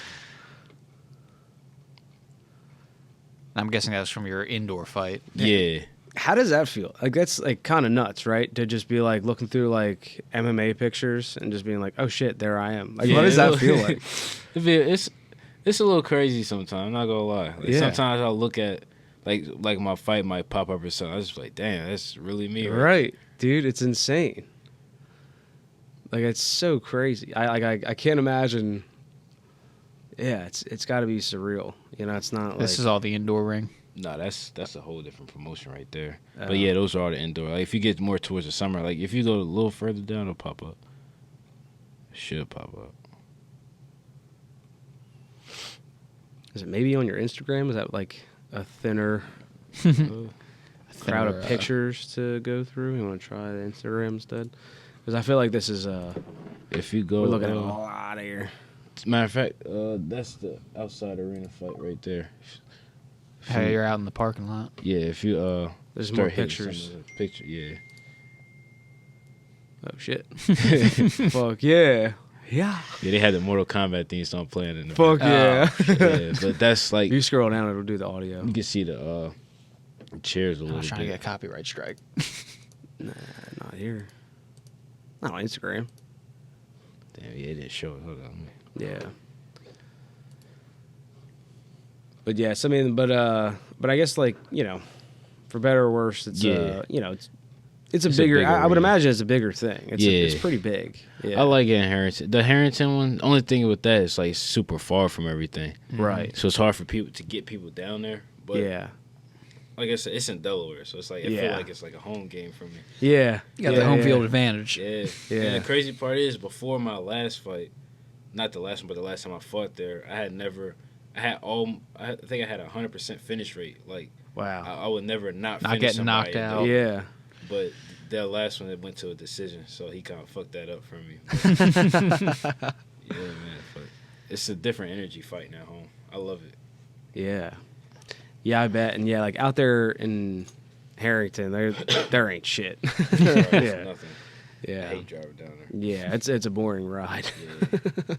Nah, you're just in Yeah, the wrong but car. that's you gotta cool, Get and an then- exciting car to make that drive exciting. Fair.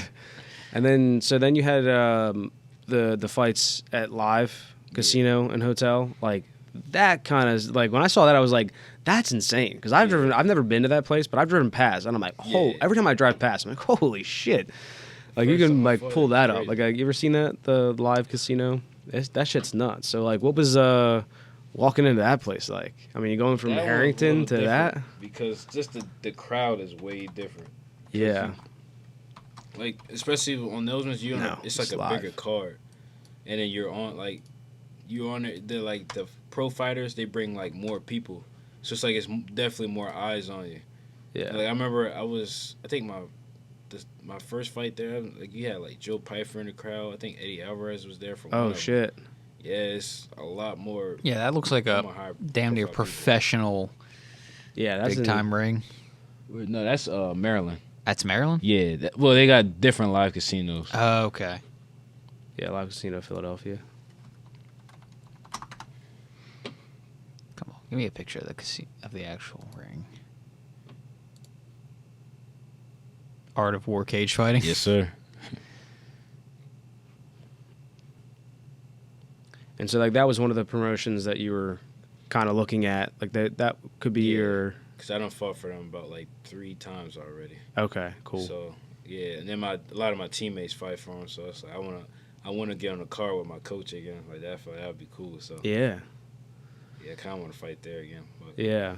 So I mean, like, so what was that like? What was that like going from like Harrington to like walking into a place like that? This is nuts, different. man. I think because I fought in a place called the Wind Creek Casino, and that one was That one was actually nice. That was the one of the car where I shared on with Isaac.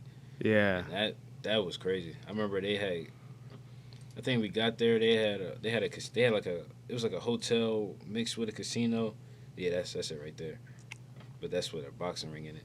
But yeah, it's a boxing ring for sure. Like the hotel in there mixed with a casino, mixed with like a mall inside.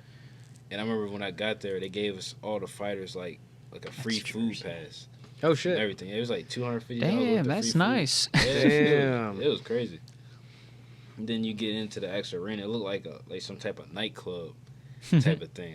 It was so cool. that's after you already made weight, right? Yeah. All right. I was like, they're not trying to set you up. I was like, damn. I had like a tomahawk steak for free. That was my first time I ever had one. Yo, I've never had one. Yeah, every time we have that Christmas party at Pietro's Prime, like they have the tomahawk steak, and I always get the filet mignon, and I really feel like I've been missing out. Yeah. Oh, you missing out, man. Yeah. They got some dry aged tomahawk steak. I didn't want to throw away the bone. I kept it in the refrigerator for like a week and a half. I kept it in aluminum foil. Yeah. Keepsake. I mean, it is like, it's kind of a memento. I mean, it's like probably not the best thing to take. But yeah. But like something like that, I would definitely want to take something. Yeah, maybe next time, like take like a robe from the hotel. Something that doesn't start rotting. Yeah.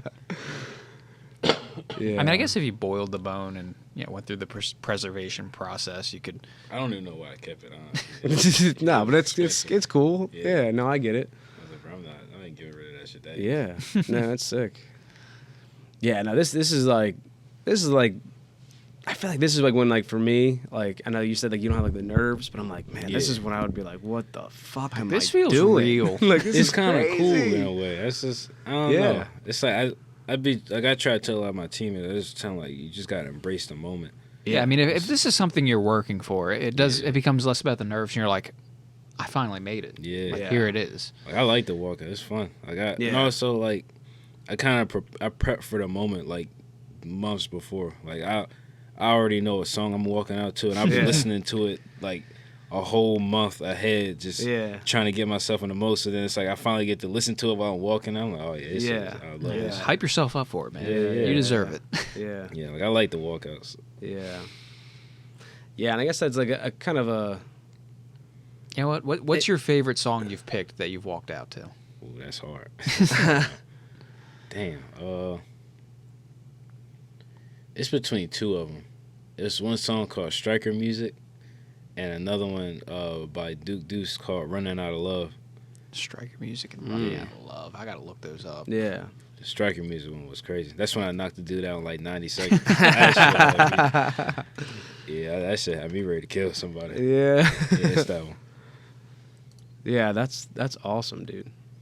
Yeah, and I feel like you also, like if you, like you were saying, like just kind of like embracing the moment. Yeah. Like that is like kind of like that's the thing. Is that like you have to like just fully wrap your head around the fact that you are going to fight in front of a bunch of people. Exactly. And like the faster you get yourself into that moment of just being like, look, this is what I'm doing, and like just kind of like almost normalizing it, right? Is that kind of what you're doing? Is like kind of like that. But it's like I said, I don't fought like 6 times a year, so I'm starting to get used to it. But it's like the more you do it, the more you kind of like, all right, well, it's just another day. But at the same time, you also know like after your fight, like you go back to like regular life. Yeah. So it's like you kind of want to enjoy like I try to enjoy everything about the day, like from waking up before I leave the house to go to the fight, to going to the gym, and I like to. A lot of people don't. I like to spar the day of my fight. Okay. And then I'll go to the like I might just go back home, or like last time, me and my coaches were just in the gym playing UFC before the fights. Just, I just try to enjoy it, like the whole day, the process, moment by moment. Even getting my hands wrapped, everything, just enjoying it, because like you don't get to do it that much. Well, I mean, that's what all this training's for. Exactly. Like, this is what you need to enjoy. Exactly. Yeah. Like, I try not to look at it like it's a job or anything. I just like, I'm about to go out there and have fun. Yeah. This is what I've been working for. I'm going to enjoy this. But yeah, and that's the thing. Like, it's got to help take the stress off too. Definitely. You know? Yeah. No, that's good. Yeah, I think the last. Yeah, I love that perspective, man. Yeah, me and my teammate, we had one of the commission ladies like showing her a dance move before I walked out. Like, you gotta have fun, man. Yeah, no, that's awesome. That's what makes it worth. Yeah, I mean, it seems the whole thing. Yeah, it seems like you're definitely made for this. Yeah, like it seems like you're taking it literally like a fish to water. You know, just like the stress. You know, obviously the skill. Yeah, because I think what was Isaac was saying that like a normal year's like what, maybe 3-4 fights. Yeah, and your first year, you're like, I'm doing 5. Yeah, it's crazy. Yeah, I ended up double booking like twice. I don't know if it wasn't on purpose necessarily, because we had a fight. This guy had pulled out. So then when he pulled out, we were like, all right, we're about to see if Art of War got something. But the whole time, the promotion that I fought for, they were still looking for a replacement. Yeah. Oh, shit. So then by the time I was getting ready to get for this fight, they were like, all right, we found your fight. And I'm like, all right, fuck it. We'll just get to that bridge when we cross it. Oh, shit. So then we fought the dude, and I'm like, all right, I lost that when I went to Georgia for like a week. Came back, had like 3 or 4 weeks to get ready for the next one. Got ready for that and finished that. I think that was like May or June. See, that's an interesting thing. Like when you say double book, it almost makes it like sound like I've got 2 fights in one day. But yeah. because MMA, you need that recovery time between fights, because it's a hell of a thing to do. Double booking means like within a week. Though actually, I had one. My last 2 fights were, I think the first one was November 2nd, and the one after that was like November 14th or something like that. It was literally like only like 2 weeks in between them. That was different. I probably won't do that again. I was gonna say, I was like, now moving forward, it's probably not gonna be your normal path, huh? Yeah, I'm not doing that again. Yeah, yeah. I think it was another one of them things where I had a fight. I was supposed to get a fight at 55, and the guy, you couldn't find nobody. Then they found somebody for me to fight at 65. I was like, fuck it, just bump it up, see if we can find somebody. Then we found somebody, and he pulled out last minute. So then when he pulled out, it was the same situation as the first time. I was like, all right, well, we need to fight. Somebody's like, well, we got to fight for him. I'm like, all right, bet. I'll take it. So then they set the fight up, but then the other people that pulled out, they found somebody to replace him. And I'm like, well, I was kind of telling him I was going to fight for him since June. Yeah. And I'm like, all right, I can't like pull out now. Mama ain't raised no bitch. We fighting. Exactly. So I had told the other guy, I'm like, yo, look, don't worry. I'm not, win or lose, I'll fight. I'll make sure I get to that date for you. Yeah. So then I ended up fighting the guy, the first dude. I expected to get that. I'm like, all right, I'm just going to get him out of there fast so I can get ready for this one. That fight ended up going all 5 rounds, and it was like a dog fight. And, like, I was just like, God damn. I'm like, I still got this fight. I'm like, like, I was good physically, but I'm just like, at that point, after a fight like that was, like, dragged out that much, I was like, yeah, it kind of, like, not take the fight out you, but it's like, it takes a toll. Yeah, like mental. Yeah, it was like, I don't know, it's like if you like, oh, man, I can't wait to get this pizza. Like, you've been waiting, like, months. Like, it's a favorite pizza place.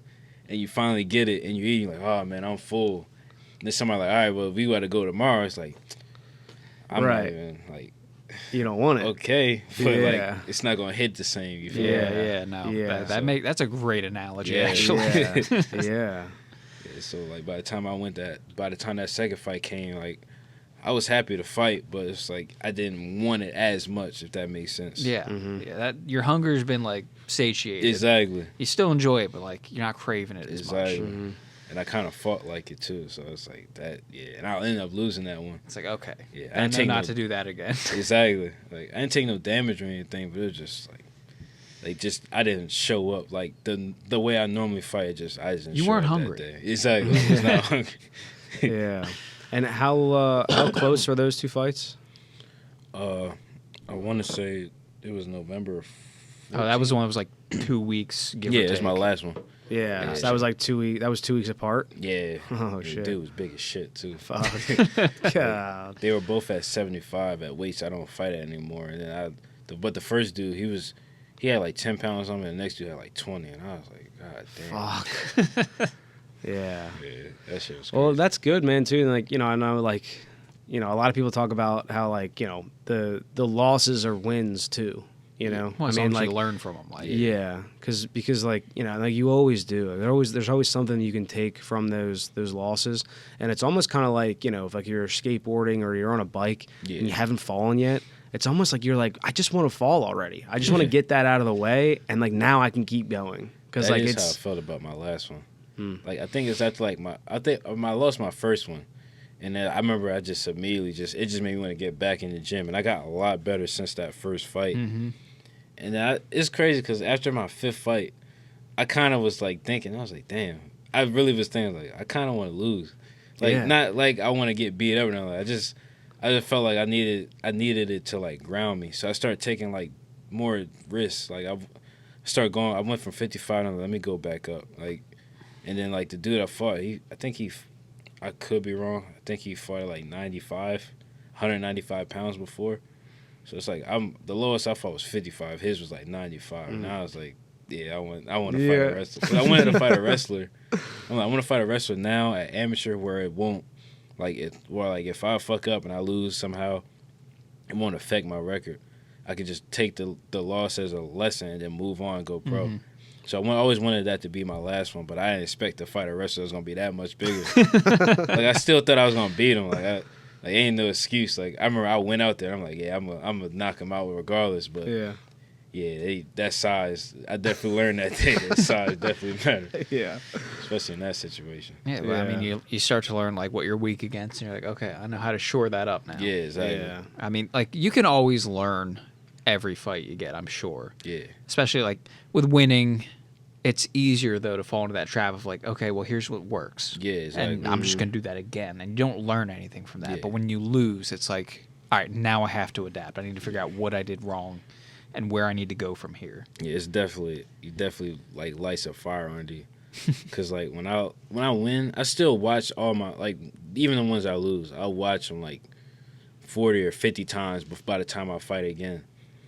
And, like, so even when I would win, I would still learn, the last fight I won, like I said, the dude cracked me in the third round. I was like having like a flawless performance, and that shit bothered me so much. And I would just watch it, and I'm like, all right, why did this happen? And then I figured it out, and I'm like, all right, well, next fight I'm gonna make sure that don't happen. But it's like, because I remember I had to fight in like 2 weeks. I'm like, all right, I was trying to fix it, but I didn't have as much urgency. Mm-hmm. Versus when I lost the next fight. I remember I was crying in the back. I never like cried after a fight like that. Yeah. I was like, in the back, like throwing a whole temper tantrum. Yeah. And I remember I was just like, you know what? I'm about to these next couple months, I'm about to wrestle my ass off. Yeah. It's like I'm weak here. Exactly. We're gonna fix that. Yeah. And like I've been training for like 2 years, and then like from that month, just for me losing that way, like I wrestled so much, I ended up getting cauliflower ear and everything. Yeah.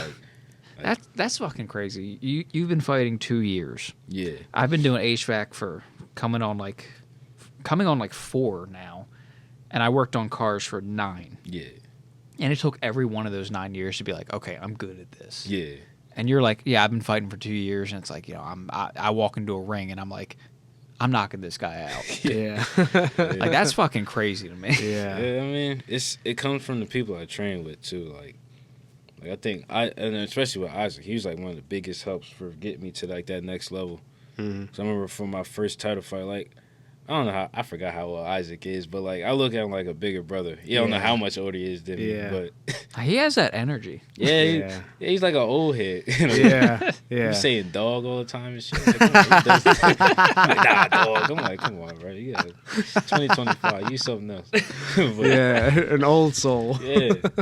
But I remember from one of my fights, I had a title fight, and it's just a regular day of sparring. And it was like the first day of sparring after I figured out I had a title fight. And he's like, all right, well, we about to go. And I'm like, all right, bet. So I remember we going, and then I see, he hit me with a nasty overhand, and he's like, doom. I was like, oh shit. And I remember I was like, all right, maybe that was an accident. So I just back up. I come back in the pocket, doom again. I said, bro, what the fuck? All right, that's twice. Yeah. And then the third one, he hit me again hard as shit. And I said, yo. I looked at him like, that dude something to you? Like, you mad at me? And he was like, he said, nah, dog, you got a title fight. You said, this is what a fight gonna be like. You need to be ready. And I was like, all right, bet. So, I remember just him help that day, just like putting it on me, like let me know, like, yo, this is what it's gonna be like. Yeah. You got to be ready. Yeah. And I remember that fight because I remember I was kind of like overlooking that dude a little bit. Because Right. he had beat my teammate, and so that already made me take him a little seriously. But I would watch him. I'm like, I knew, all right, my striking's better than this dude. He's just gonna try to take me down. But I remember I ended up, like I said, I kind of go into a fight. Like, I'm just gonna knock this dude out. Yeah. And like as soon as the fight started, I just went out. I didn't want to touch his glove. The first shot, boom, like it dropped him, and then he shot a takedown. And then he ended up taking my back and like tried to like get. He did put a rear naked choke in. And, like, I remember I almost tapped. I was like, bro, he's about to beat me in, like, a minute. I thought I was going to smoke this dude. Yeah. And I remember when he had that choke, and it was deep, I remember just having the thoughts, like, bro, I know you're not about to lose. Like, you just had that tough-ass camp. And I remember the moment, like, just him hit me over and over. I'm like, just tell me, yo, this is the fight. And I remember I was like, you know what, you're right. I'm like, fuck it, I'm just going to have to fight out of this shit. And that was, like, ended up getting out the rear naked choke, and I remember I just fought, and he choked me for like a minute straight. I was tired as fuck. God damn. Yeah, when I got out, like for the rest of that fight, I was gassed, like from the first round. Right. But I remember I just kept fighting, just like that whole thing just playing over in my head, and we ended up getting like fight of the night for that too, and it was like my first title win. But I remember just like He made you work for it. Yeah, I remember I was just like, damn, I'm so glad that he put it on me that day to let me like. Let me realize how serious that was shit a is. gentle reality check. Yeah, it was. But I Yeah, a gentleman's gesture. Yeah. He was tagging me. That shit hurt. Yeah. Yeah, that's good, man. And I can tell, like, just from that gym that, like, I mean, you guys are definitely in the good spot. Yeah. Like, between the coaches, how things are running, you know, the culture you guys have there is awesome. Yeah. And I know, like, just from knowing Isaac for so long, you know, any place that, like, Isaac's like, yeah, this is home. And I'm like, yeah. That's a good like, place. It's a good spot. You know, he's a good guy.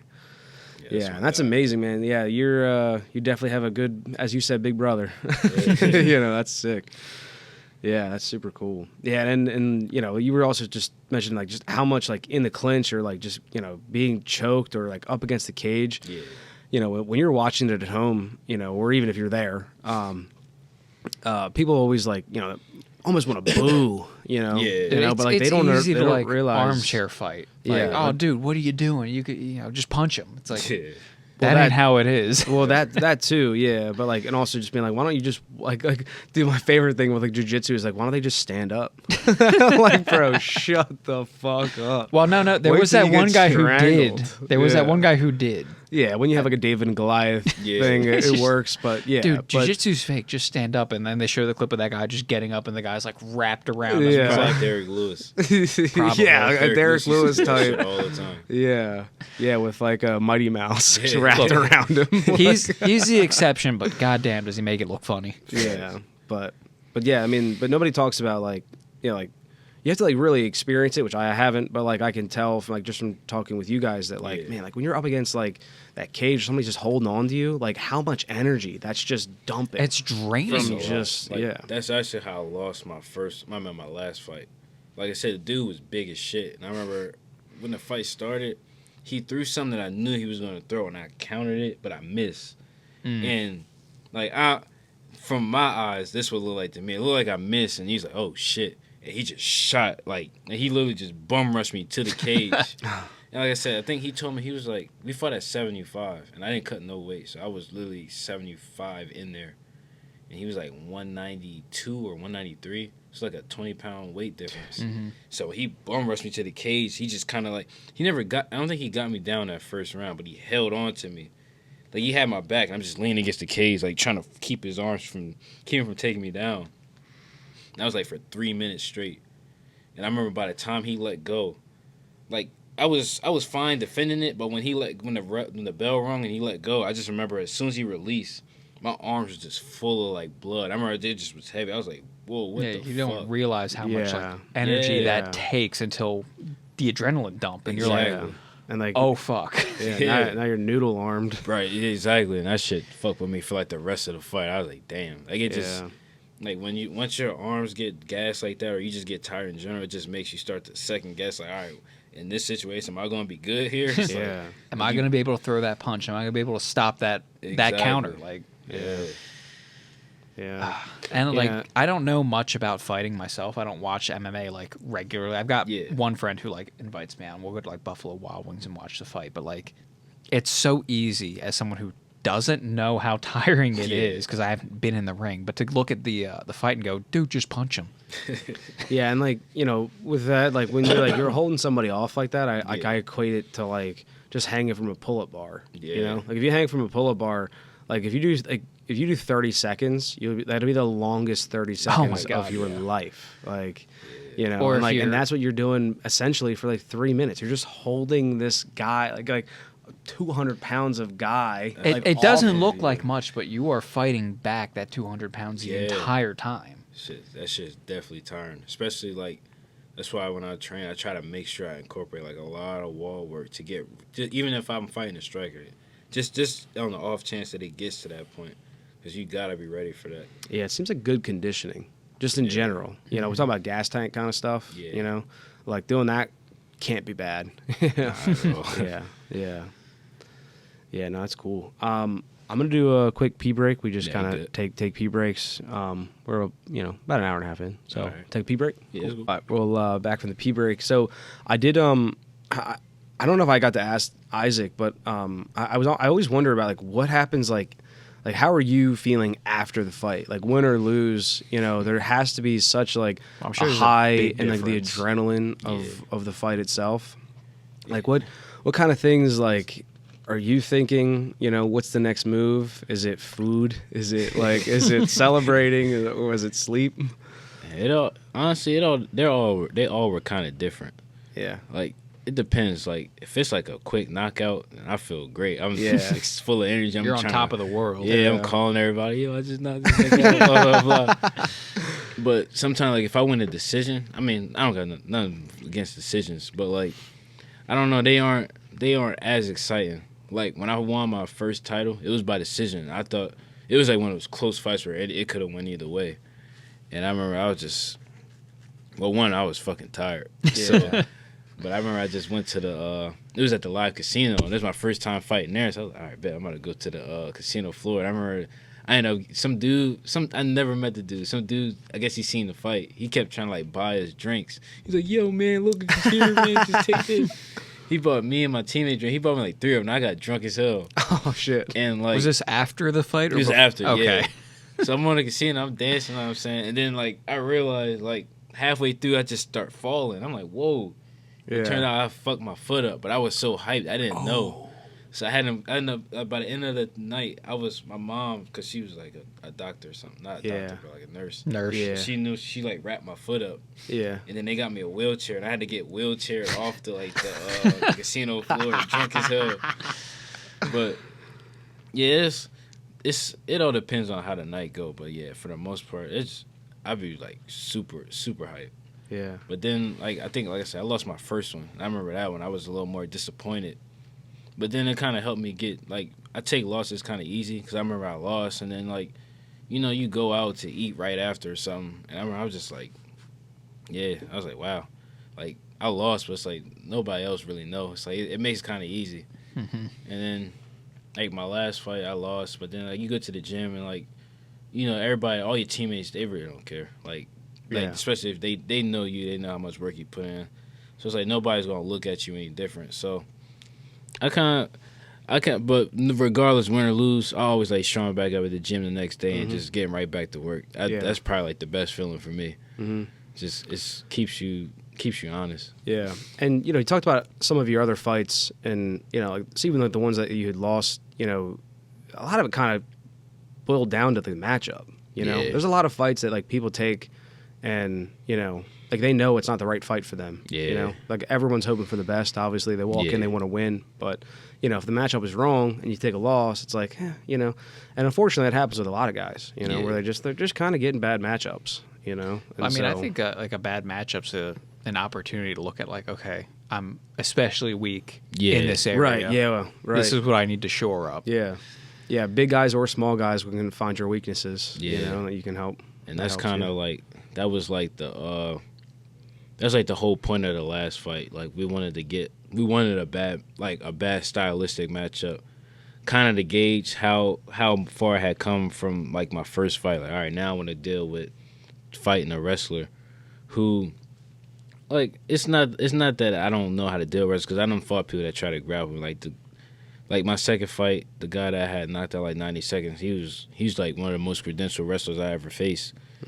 But I wanted to fight somebody that knew how to wrestle and was like competent everywhere else. I'm like, but we wanted to fight somebody that was my size, but we ended up getting somebody bigger. I'm like, all right, well, the way I looked at it, I'm like, all right, that way at least if I lose this fight, I can win this fight. Now I got 4 belts, which nobody's done. So I was like, I feel like it's a good risk. But if I lose, all right, I lost to somebody like way bigger. It's an understandable loss. No one's gonna be like, damn, exactly. that was yours to lose. Exactly. So I'm like, you know what? I'll take it. Like, I was like, I had confidence that I can, even if I do lose to somebody, like, I'm not gonna get hurt. So I'm like, all right, it'll hurt here, but I'll be good. So, Yeah. But yeah. Yeah, and then on your Instagram, there was like you holding 2 belts. Mm-hmm. Where was that? No, I guess either one. There were actually there's 2 photos of you holding 2 belts. The other one, fact. I think the other one was 3. No, to the top, to the left. Of that one. Yeah. Oh yeah, that's when I won the third one. 3. Yeah. Yeah, that was the first belt I won was at 170 pounds, and then I won the belt at 155 pounds like the next year, and then that was last year, and then last year too in November I had won the 175. Yeah. So it was originally supposed to be 4 different weight classes. We won at 155, 165. No, 155, 165, 170, and 75.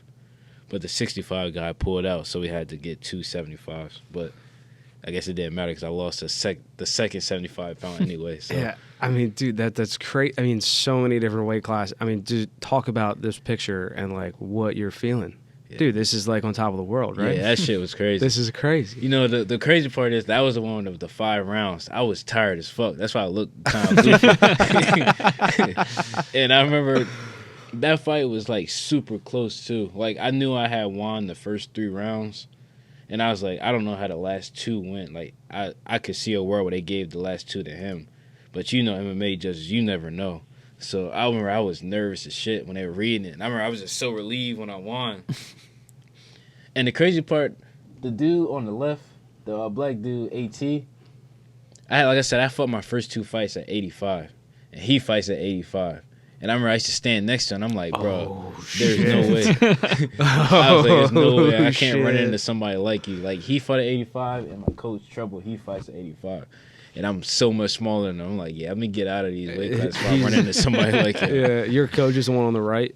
Yeah, I guess your left. Trouble. Yeah. This guy right here. Yeah. That dude's a monster. That's a big guy. Who's the skinny guy in the cowboy hat? That's one of my teammates. He's like 16 or something.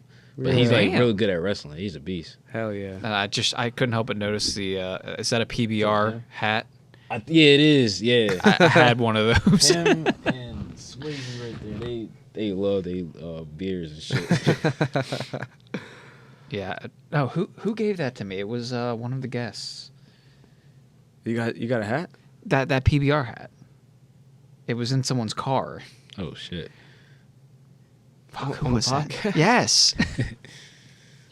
It might have been Gardy. Maybe. It feels like a Gardy move. It's sitting at the clubhouse now. Oh, okay, that's sick. Yeah. Yeah, for a while I was in the backseat of the Buick. Yeah. So like, but this was the picture that kind of inspired me to ask that question, because I was looking at this and I was like going through these pictures and I was like, bro, like this is like this has got to be on top of the world. Look so tired. Like, that's why dumb tired. Yeah.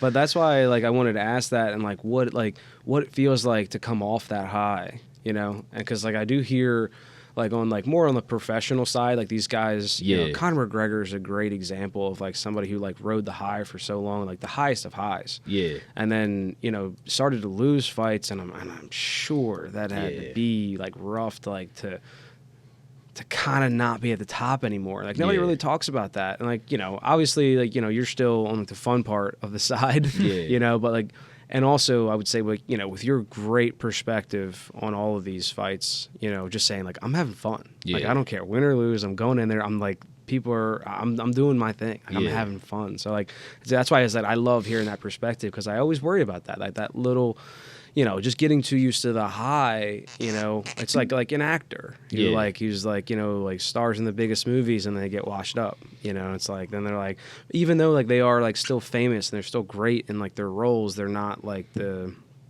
you know, 28-year-old that was like in Yeah. this, you know, in that movie or this. So like, Well, you know, what is that feeling like after that fight? Like what was next? Well, that one was kind of unique because, like I said, that was the one where I knew I had to fight like 2 weeks out. Oh, that was this one. Yeah, and I was, Oh, fuck. and I remember after that one, I was like, "Fuck!" Like, So it's hard to enjoy it. it's not. I enjoy it. No, I definitely Well, enjoying enjoyed that one, yeah, enjoying that one's easy. It's Yeah. the after, you know, to go back to that analogy. He's full. That Yeah, reality hits. Because I remember I went to the casino after that night. Like, it was me and the guy right to my left, and I remember he was talking to me. He's like, "Yo, like as your friend." Like I said, he's like in the same position as Isaac. I look at him like a big brother. So anything he say to me, I'm gonna take it serious. Yeah. Yeah, I remember he was like, "Yo, like as your friend, like I really don't think you should take that fight." And I remember I'm just like, I'm committed can't do that. already. Yeah, Bro. exactly. Yeah. Like I'm already, I can't not take that fight because he had seen it. He seen how like much of a toll that fight took on him. Like 2 days later, physically I was fine, but it's like, you know, like I said, it's just like right back to work. But like I also have like a thing of like not overtraining, but I got a high volume of training. Like I'll train like every day if you let me. So I remember my coach was like, "Yo, you need to rest." So I'm like, you know what? All right, I'll do that. So it was kind of hard finding that balance between getting ready for this next fight and resting, because I'm like, all right, well, I know what my skill set is. I felt like I could beat him like on like a day's notice. So I remember after like 3 days, I'm like, all right, yeah, I'm good. So then I was getting ready to prepare to fight that dude, but I really was only just sparring. Like I really wasn't doing a lot of wrestling for it. And then like after I lost that fight, it kind of hurt more because like I just felt like I just didn't show up. But at the same time, like I said, I took that fight because I knew it would have been tough. I knew what I was up against. So it didn't hurt as much because like, all right, we knew this could happen. And like I said, man, it lit another fire under me, and I was like, I'm about to go pro now. So it's like I lost the fight, and I hadn't lost. I mean, it don't feel like it's a long time. Like I say I haven't lost in a year, which all right, a lot of people don't fight that much, but I fought like 6 times since that loss. So it's been 6 fights of winning and then going back to lose. I'm like, damn, this shit feel like this shit ain't happening forever. So like that stung, but like at the same time, like I knew it wasn't completely over. Like I just lost a fight, and it was an amateur fight. Like I said, amateur fights really don't mean nothing on your record, because, and also that's another reason why that kind of didn't mean as much, because like all 3 of them belts, like Well, I think 2 of them, yeah, it can hold meaning to you. yeah, it did, but it's like now it's like those 2 belts. I think one of them's at my dad's house in Georgia. Another one's at my mom's. I just gave them away. Like my mom, it's at my mom's house. And that belt, it's in my car now. But I left it. I gave it to my coach to keep it at the gym. It's outside right now. Yeah. Yeah.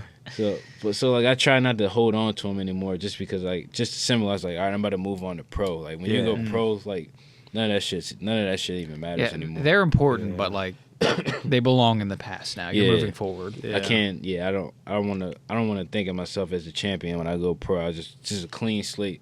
Yeah. Like any other belts. Otherwise, you risk ending up being like those people that peak in high school. Exactly. Right. Yep. Yeah. Right. Exactly. That makes sense. Yeah. I mean, be proud of your achievements, but be ready to move on. Exactly. Yeah. Yeah. Yeah, man. And you have such a good head for this. Like, how old are you?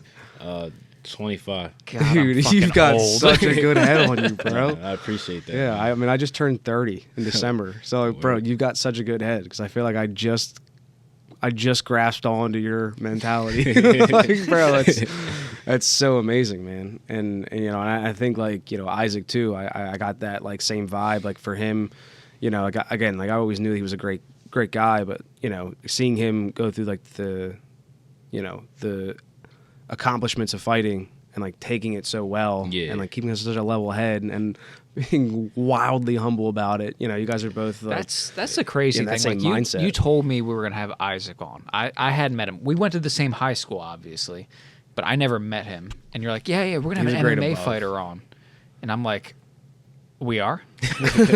yeah, And I'm just like borderline nervous because I've never talked to anyone in that like space. Yeah. And then he comes on and he's like the most humble, grounded, just Yeah. nicest guy you could ever Yeah. meet. And I'm like, oh damn, okay. Yeah. You're more humble than me. Like, Yeah. like I used to wear like for like the week after I won my titles, I used to wear them like around the work.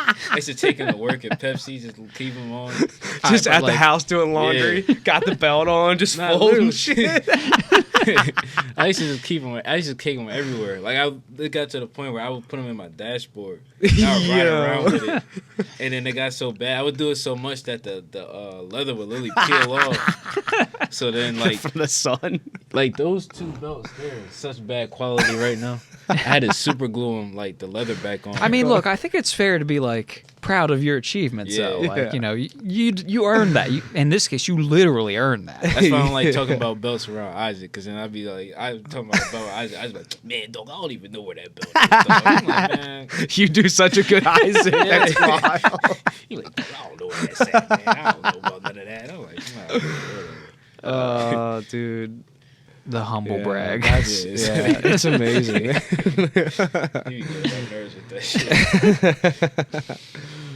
Isaac, Yeah. we love you if you want to come back on. Yeah, he definitely will. He did say that. Yeah, because I hit him up and I was like, hey man, like, you want to come back on, just talk about what you're doing? And he was like, dude, I've got someone for you. And like he told me about you.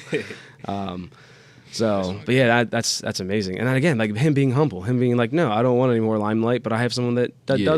that would like it, you know, and that's awesome. Yeah, that's it's my guy, more man. more to him. And dude, you guys brought up video games, and I see on the Instagram, like guys are always like posting like when the Yeah. like a coach or like whoever's in there, like they're losing, they're like, oh, why did you lose? And he's like, no, like just like the competition Yeah. that you Bro, guys we be playing play. games all the time. Yeah. Like we were just we were in the gym a couple days ago. We were playing it was 2 days ago. We were playing Naruto.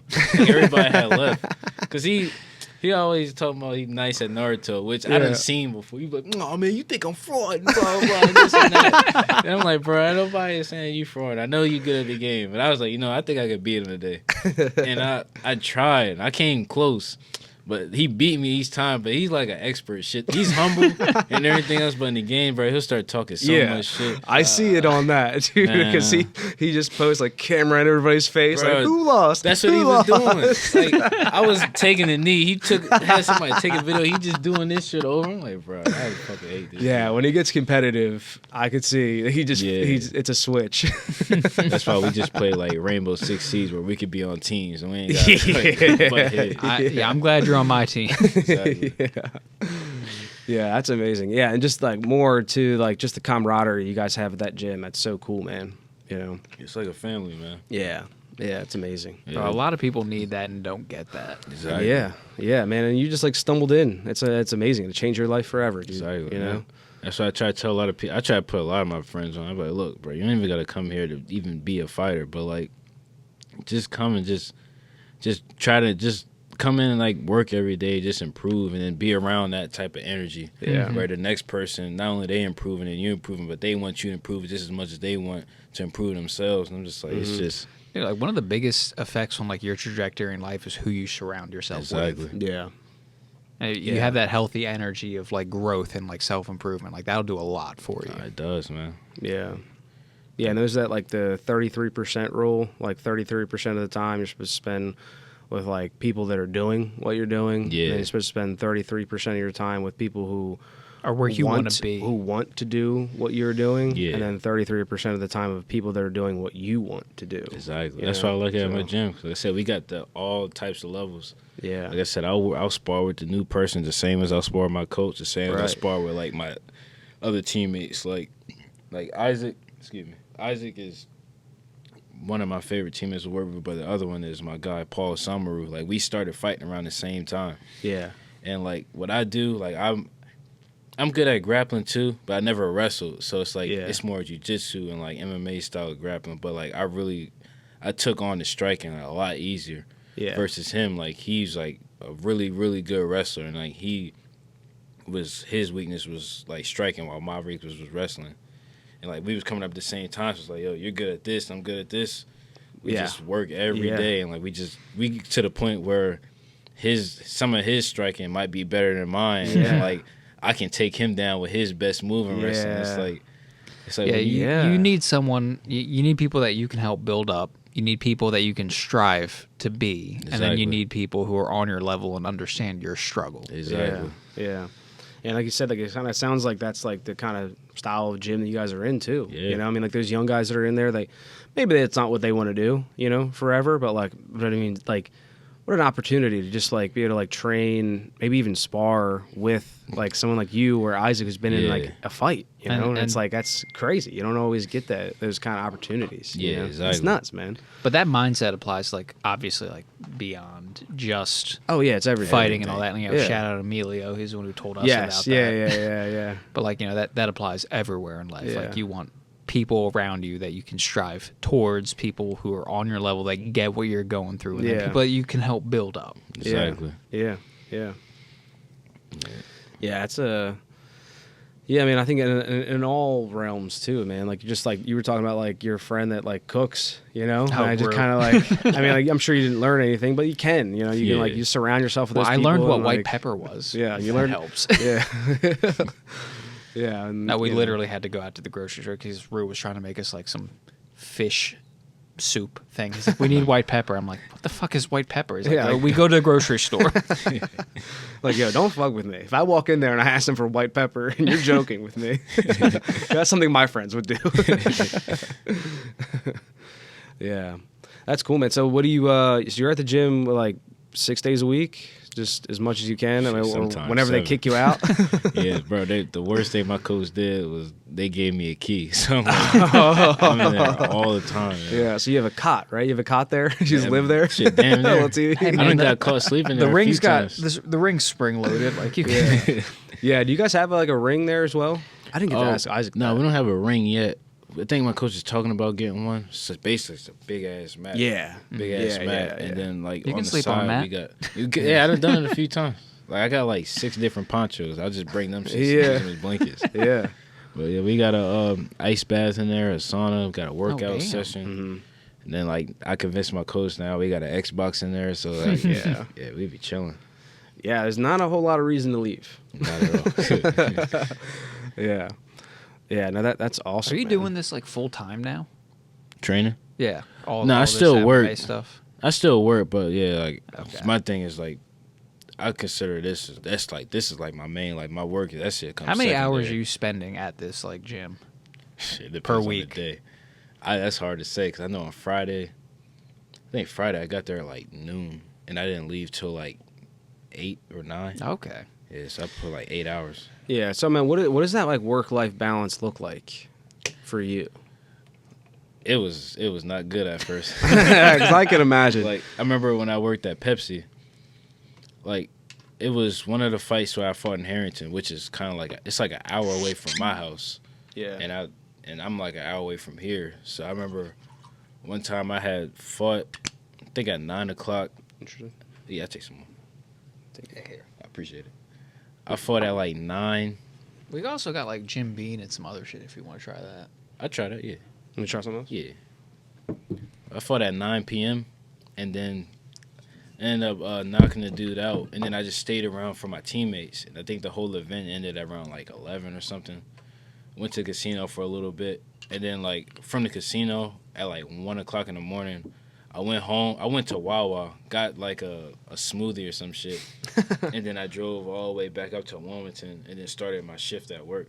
Like I came in like a little bit early. So yeah, sometimes you did all that and show up to work early. Yeah, because I wanted to get the day over with. Yeah. But, yeah, like a lot of times after my fight, when I work for Pepsi, I would just go straight to work right after. But it's like the only like challenge there will be just getting off of work just so I can get to the gym and handle everything. I would get my sleep, but it was just like I would start work at like 4 a.m. and I wouldn't be done I would go straight from work to training and wouldn't be done till like 10. You got some time before your next fight, right? Yeah. Have you done that, like, what's it called? It's like sleep limit training. That's not what it's called, but something like that. But, like, you give yourself, like, 5 hours of sleep and only 5 hours. Like, you tell yourself, I'm waking up at 5 a.m. every day, period. I don't care how tired I am. I'm getting that at 5. I haven't done that yet. And then you don't go to bed. You don't lay down. You don't take a break until like before 11:59, so you only have that 5 hours, and like the first couple of days are gonna be fucking terrible, but your body eventually gets it. Like, okay, we're laying down now, we're going the fuck to sleep, and like you can like maximize the amount of like deep sleep you get in that time period. Nah, I never tried that. I might try that this next one. I know for me it's hard to fall asleep though. You're gonna have a rough couple days at first, so like don't do that if you have like obligations you gotta meet. Yeah. I think I start a new job in like a week, so I think I might be able to start that shit now. Oh, there you go. Well, hey, cheers to you, man. New job, brother. I mean, Sir, cool. That's sick, man. Yeah, I'm always like wondering about like because I think like Isaac had to do the same thing where like he was working, and then like now he's blessed that all the hard work, but also like blessed that like now is like he's full time. But. Yeah, there's in the middle of there's that weird right now. Right.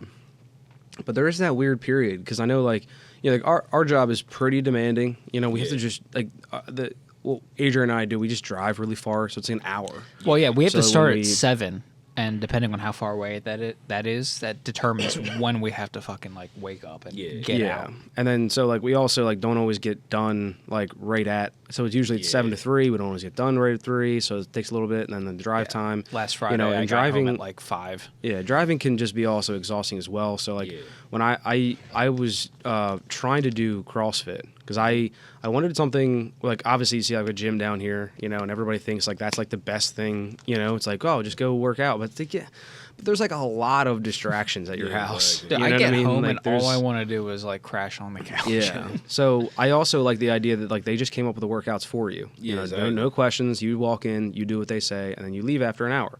But like I was having a hard time like getting off and then getting there on time because there's also some times where we get off like really early, and like but the class it's not like an open door where you just get to show up and do your thing. It's like you have to like show up at the class. Exactly. So I would get home early and then I would like pass the gym on the way home. I would get home, like I'd see the dogs and now I don't want to leave. Like it's that kind of thing. You're already home, and then you're home. You have to leave. Change into comfy clothes. Yeah, and then you have to go back. So like it's just. I saw that like that's our schedule is nuts. Basically, is what I'm getting to, and that not everybody always has like this like very strict schedule where they can just kind of like they're regimented. Where like I get off at this time and then I go to this. I work in an office. It takes me this long to get home, and I get off at this time. Home. Yeah. So like I was just kind of wonder like what does your schedule usually look like?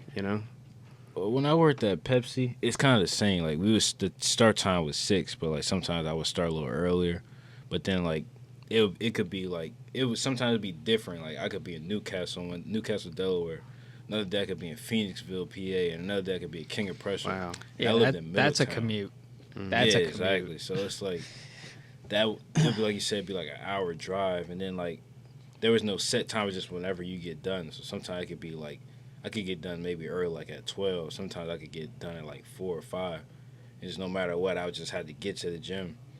So I had when I had around, I think after my first title fight, like me and my manager started to butt heads over it because I'm like, bro, I'm doing a lot of extra work and you still bitching at me. Yeah. So like I ended up leaving, and then I had saved up a lot of money, so I wasn't working and I was just fighting. I was just using the money I saved up to just train. I was actually training full time, around the time where I fought at 155. I bet that's like great motivation for like I can make a career out of this. Yeah, it was like this is what I want to do. Exactly. Yeah, just getting a taste of the lifestyle. Yep. And then like when I fought at 55, it was a lot of work to get down to the weight. So like I literally just was dieting and just I think I would get up and I would run like 2 miles and then go to the gym, I would do the 12 o'clock class and I would come back at like 6 and then be there from 6 till like 8 or 9. And then I would go home and then do the same thing the next day. That's a lot. And then my coach would write up like a workout for me to do. And I would have to do it. Sometimes he'd be there I would have my teammates there to help push me through it. And some other days it just would be just me. I'm like, fuck, I gotta do all that shit. Like, self-motivation is rough. Yeah, and I'm lazy too. When it comes to working, like lifting weights, I feel you. I don't want to do that shit. Yeah. But like if I got my team or a coach telling me to do it, yeah, like I think I told my old coach, I'm like, yo, I'm like a gun. Like all you gotta do is aim me and just shoot me. And I'll do whatever you want me to do. Yeah. But like I ain't firing myself. Exactly. Yeah. So like if I got my team to help me, but the most I do like by myself, like I'll study film all day long by myself, or I'll go out and do my runs and shit. But like coming to lifting weights, I hate it. You know, it sucks. Yeah. It sucks, and like it helps like to be able to do it like with other people. Exactly. Like if like the whole gym's doing it, you're like all kind of laughing and just being like, oh, let's. Put I a little completely more weight on. It's fun. 100% understand what you're doing because that's even in my job now. It's so easy for me to like we're doing that PM at 4:01. It's so easy for me to just go through the computer and be like, okay, here's everything that's fucking wrong, and just sit there and do that by myself. But to actually sit there and go through all the heat pumps, I need like Shay and Chewy there to like start doing work to make me feel bad about it and be like, okay, I got to get on my ladder and I got to go up there and do shit. Like, I 100% understand where you're coming from with that. And I think it's human. I think it's human, and It's just some human people nature. are like easier to like spot it Well, and to self-regulate. Yeah, just kind of self-regulate and just Yeah. kind of like all right, like you have to do it. Like Exactly. you have to. You know, it's like you make the bed, you brush your teeth every day. Like why can't you just do this too? It's like, you know, but it's true. And like I told you, like I come down here and I go to post a clip and it takes me 30 minutes to actually start. And like sometimes I'm like, did I need to post a clip right now or should I just worked out? Or is that just me just being like, well, what if I got to post a clip, can't work out? Oh, yet. I can't work out. It's a distraction. I'm posting a clip or I can't post a clip. I'm busy working out. Yeah, Like, and I'll do that, dude. I'll come down here and I'll start stretching and kind of like moving my arms, and I'll look over there and like, ooh, let me grab this. I'm like, oh, the dryer just stopped, and I'll change the laundry. Exactly. I'm like, bro, the procrastination is like my specialty. well, you're doing productive And, like, procrastination. yeah. Though. That's completely different. I can be like, oh, well, you know, I don't need to go out and like work on this car that Wes has been asking me about because you know it's raining right now and no one wants to work in the rain. Yeah, that's crazy. Yeah, I'm sorry, Wes. yeah. But I've always like working out's always been a big part of like my life since like after high school. You know, like I realized I was like a chubby kid, and then just like from there on out, I was just like always working out.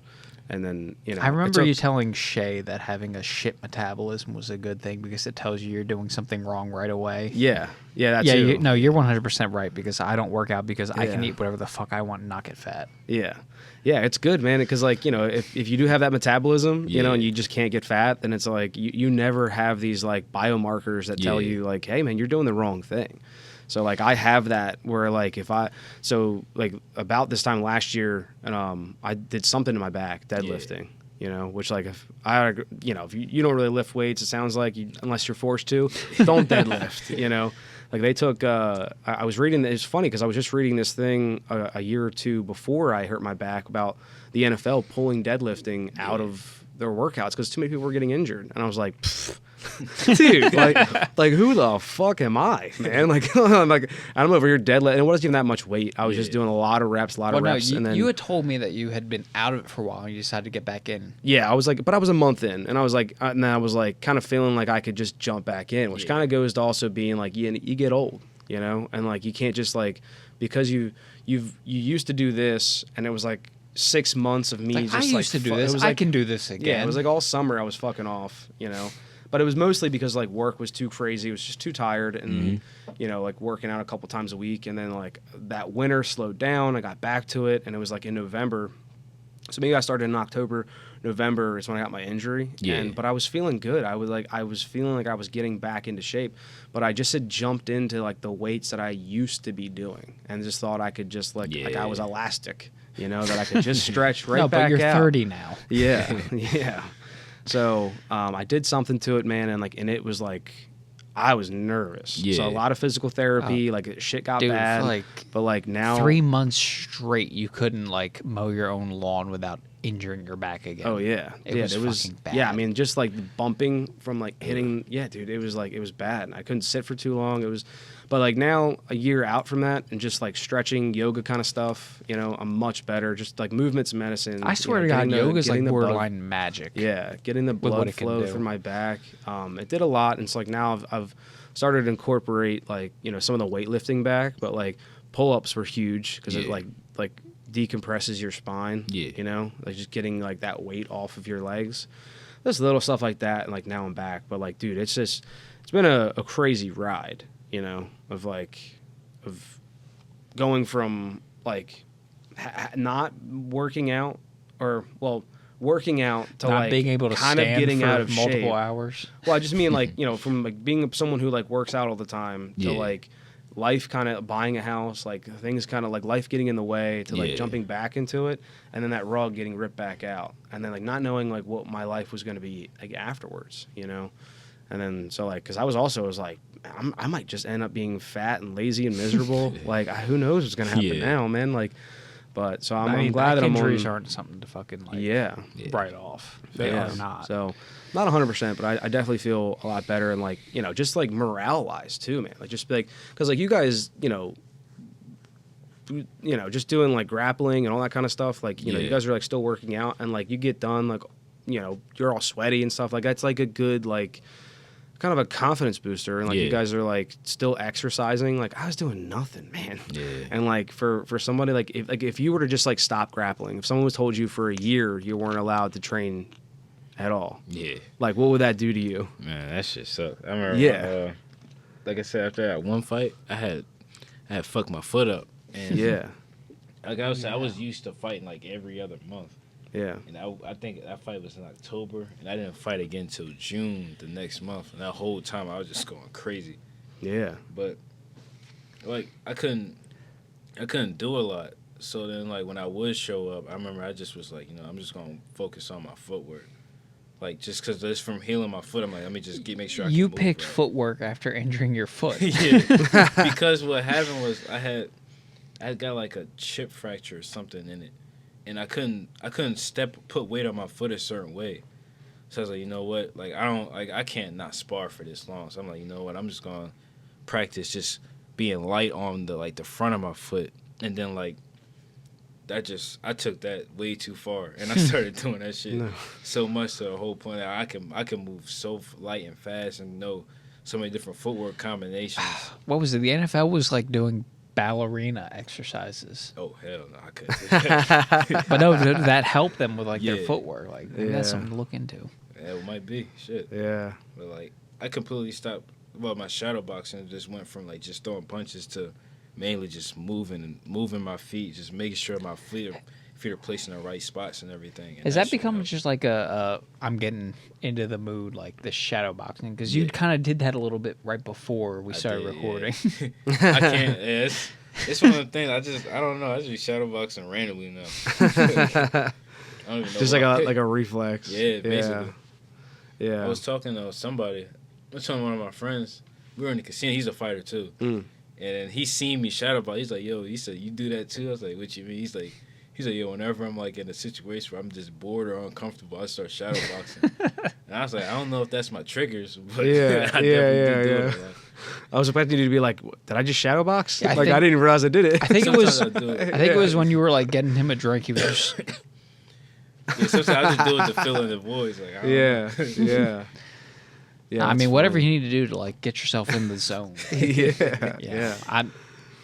Whatever you got to do to get ready, man. Like, look, life's tough. Whatever you need to get that advantage, do it. Facts. Yeah. Like a lot of times, I just go to the gym. Like, I think some of my teammates starting to think I'm weird for it because like I got a key and I'll just go in by myself and I won't cut the lights on. Like, I'll leave the lights off, and I'll just start shadow boxing, put music on, and just shadow box in the dark. And then people always come in and turn the light up. Why you got the lights on? Like, bro, you fucking up my whole dude, shit. Batman as hell, dude. Yeah, bro, I do put on the Batman song while I do it, too. Like, I swear to God. Yeah, that Batman video that you had reposted on your story was so funny, dude. Bro, I don't even remember which one. I did like 20 of them.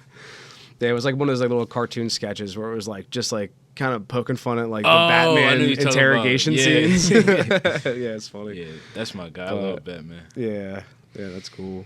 But yeah, I mean, speaking of like the like ballerina like kind of stuff, like like yoga 10 years ago was like to the bros to like football and stuff was like nonsense. But like now there's bro yoga. What the hippies do. Like, but then there's bro yoga and like that's certainly incorporated in football today and a lot of other sports and like even like racing sports. When I said like yoga is like fucking magical, like. But I'm just saying like I feel like at a certain point like now like I feel like you remove the tutus and like the bars and like the mirrors and stuff and like you put it into an MMA gym. Yeah. Like just like yoga can be.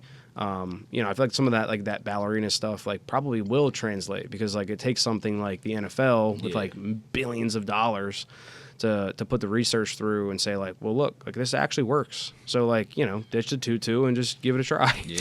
You know what I mean? Like it's legit. No, the NFL did a fucking commercial like. Not a commercial, like maybe a PSA about it, and like they had the NFL people in like tutus and shit. They're like, nah, like this, and the other thing that the NFL was pushing was like crocheting and knitting for like hand coordination for like grabbing the football and all that shit. Yeah, it's just like the shit you never expect. Has skill that's applicable to what you're doing. Yeah. It's like with Jean St. Pierre, like he was like really good at like. He picked up like gymnastics, and I can see that 100%. Right. And so like gymnastics being like kind of close to it's like flexibility and coordination kind of all wrapped up in one. Yeah, strength, like GSP core strength, specifically. Yeah. I know when you watch like the Olympics with like the gymnastics and like the bros that are doing that. Yeah, like. Those guys, upper body just jacked. Well, just like, that's like look when like, I you're was not making young, fun of those guys. When I was like, when I was like really young, my parents put me in gymnastics. Just like they were trying like all kinds of like things just to see what would stick with me. Nothing did. Yeah. But they put me in gymnastics, and I remember one of the things that one of the kids that was like really good at it did was the L thing where they have where they're hanging from like. Just hanging from like a rope, and then they have their legs sticking 90 degrees out. Yeah. And I tried that. I'm like, how the fuck are you doing this? Dude, I can do that. That core strength you saw me do that. Go do it right now. Do it. I'll do it before we leave. I'm not going to interrupt the podcast. Well, here, let's no, I'm not going to edit this out. No. Let's going to make me do more in post. Let's take a pee break right now. Do that. We'll do it. We'll do it after. No, right now. You want me to do it right now? Right now. We're close to ending. We're getting there. I'm not doing it right now. No, look. We're in the middle of a podcast. All right, how about I request a pee break and you do it right now? Son of a bitch. And this will be a pee break. Do it right now. I want to see a 90 degree right there hanging from that bar.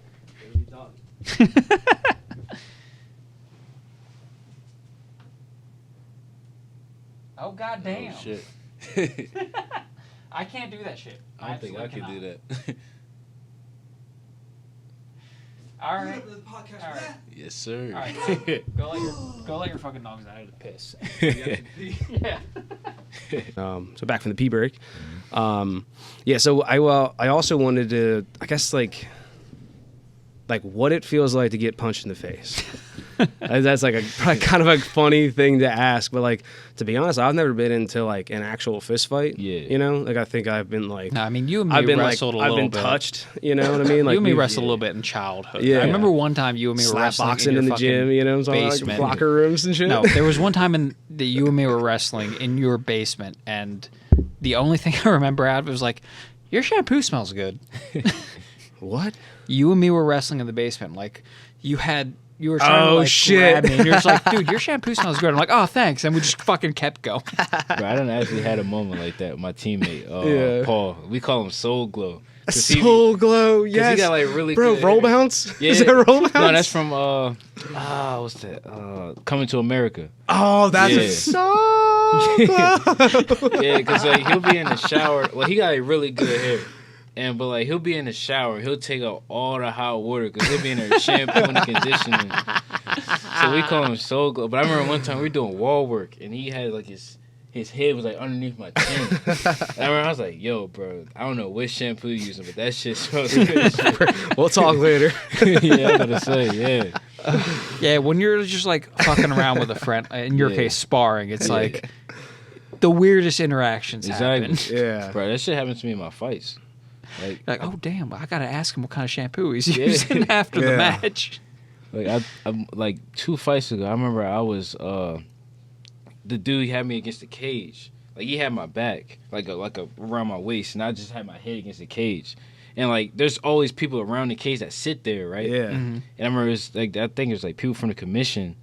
And I guess the commissioner's, like, granddaughter was sitting there or something. She was, like, 3 or 4 years old. And I'm just sitting there fighting this dude's hands. And I look down, and this little girl was just sitting there. And then she's, like, drawing something. Like you know how kids be just like, coloring trees and shit. Yeah. And I was looking at it, and I was like, yo, that's actually a nice picture. I was like, should I say? I remember thinking, I was like, should I say something right now? And I was like, let me focus on the fight. I was like, but I feel like she needs to know that she got like a really good picture. Like she got good talent. Yeah. And then he had kneed me in the back of my leg, and I remember I took a knee. I was like, all right, let me focus on the fight. And then I got to tap in. Yeah, so I moved, and then we moved to another part of the cage, and then I got him against the cage, and I'm like hitting him. And then there's another commission dude on this side. He's like recording. And I remember I was like, I'm just looking, I'm like, yeah, he's recording this. I'm like, we just keep hitting him. And then I remember I elbowed the dude in his rib, and the dude I was fighting had dreads. So when I hit him, like the sweat would fly off. And the dude was recording like this. I remember he did like this, like sweat on his face. I just be fucking with. I was like, yeah, the sweat hit you, didn't it? And then he just like, I don't know. See, this is why you gotta watch. You don't get this shit from like the interviews and like big MMA games. This is that like personal like experience. Don't bet on pay-per-view. I do a lot.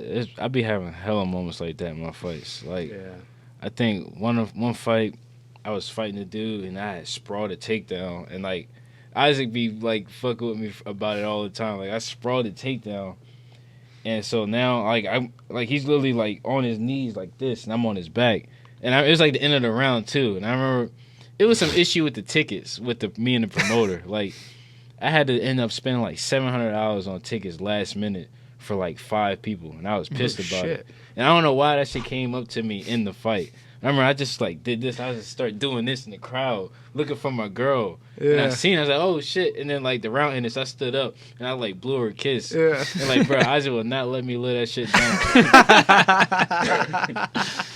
He like, dog, that was mad disrespectful. I'm like, bro, I didn't even.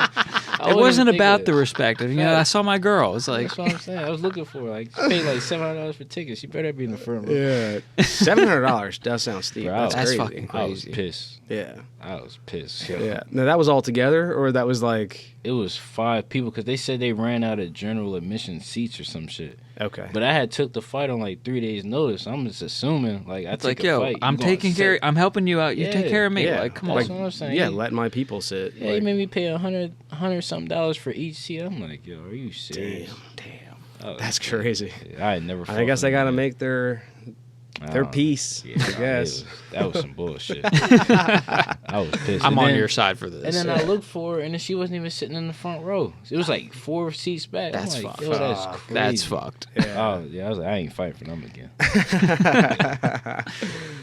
Yeah, that's crazy.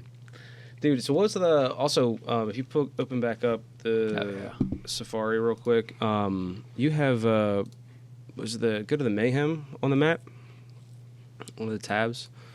So this is pretty cool. Like I was going through all this like swag. They have like a lot of just like apparel, like t-shirts and stuff. So I guess you have like a discount code for. Yeah, I do actually. An affiliate link. Yeah, I don't think nobody bought nothing from there. My girl was just asking about this. She's like, you still buying something? I was like, I ain't buying nothing from there. I ain't got no money from there. Well, if you do, go. We'll put the link in the description, and we'll get that promo code. Yeah.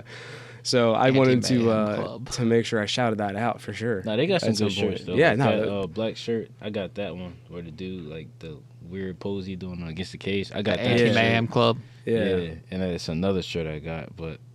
Yeah, they got some good stuff. Yeah. That was cool. I was kind of scrolling through. Like, I honestly, man, like, you know, like the jiu-jitsu stuff, like, they have like some of the coolest clothes. Yeah, and, like, I don't do it, so I'm like, I can't buy it, you know? So I'm like, you definitely can. Yeah, sometimes that's what I think, and I'm like, hey, my friends do. Is what I would say. Like, I'm an affiliate. Look, I'm supporting. I'm supporting yeah, I mean, friends, if I'm using your promo code, I'll buy something.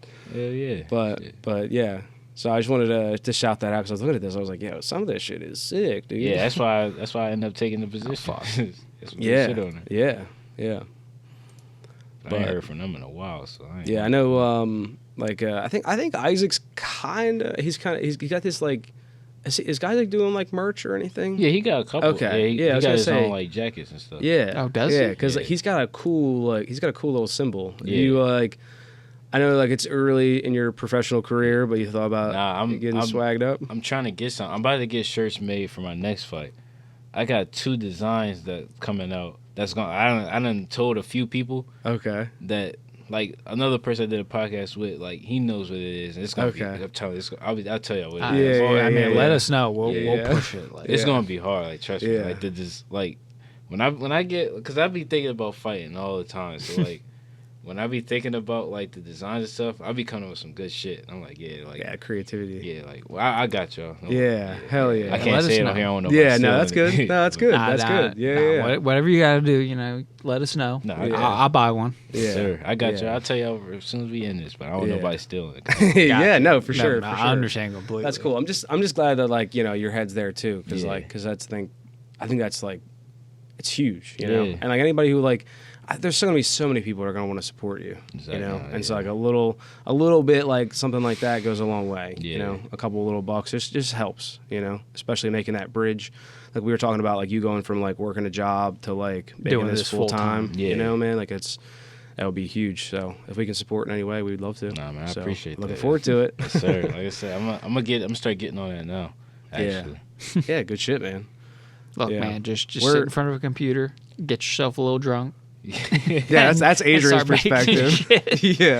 yeah. Adrian loves to use that as a perspective. That's what we did. So we were gonna make we did kind of make some merch. Like we just haven't like fully gone through with like. We're not at the point where like it's worth doing like, a website and stuff. Yeah. You know what I mean? So like we just like we had some time and like we just sat down here.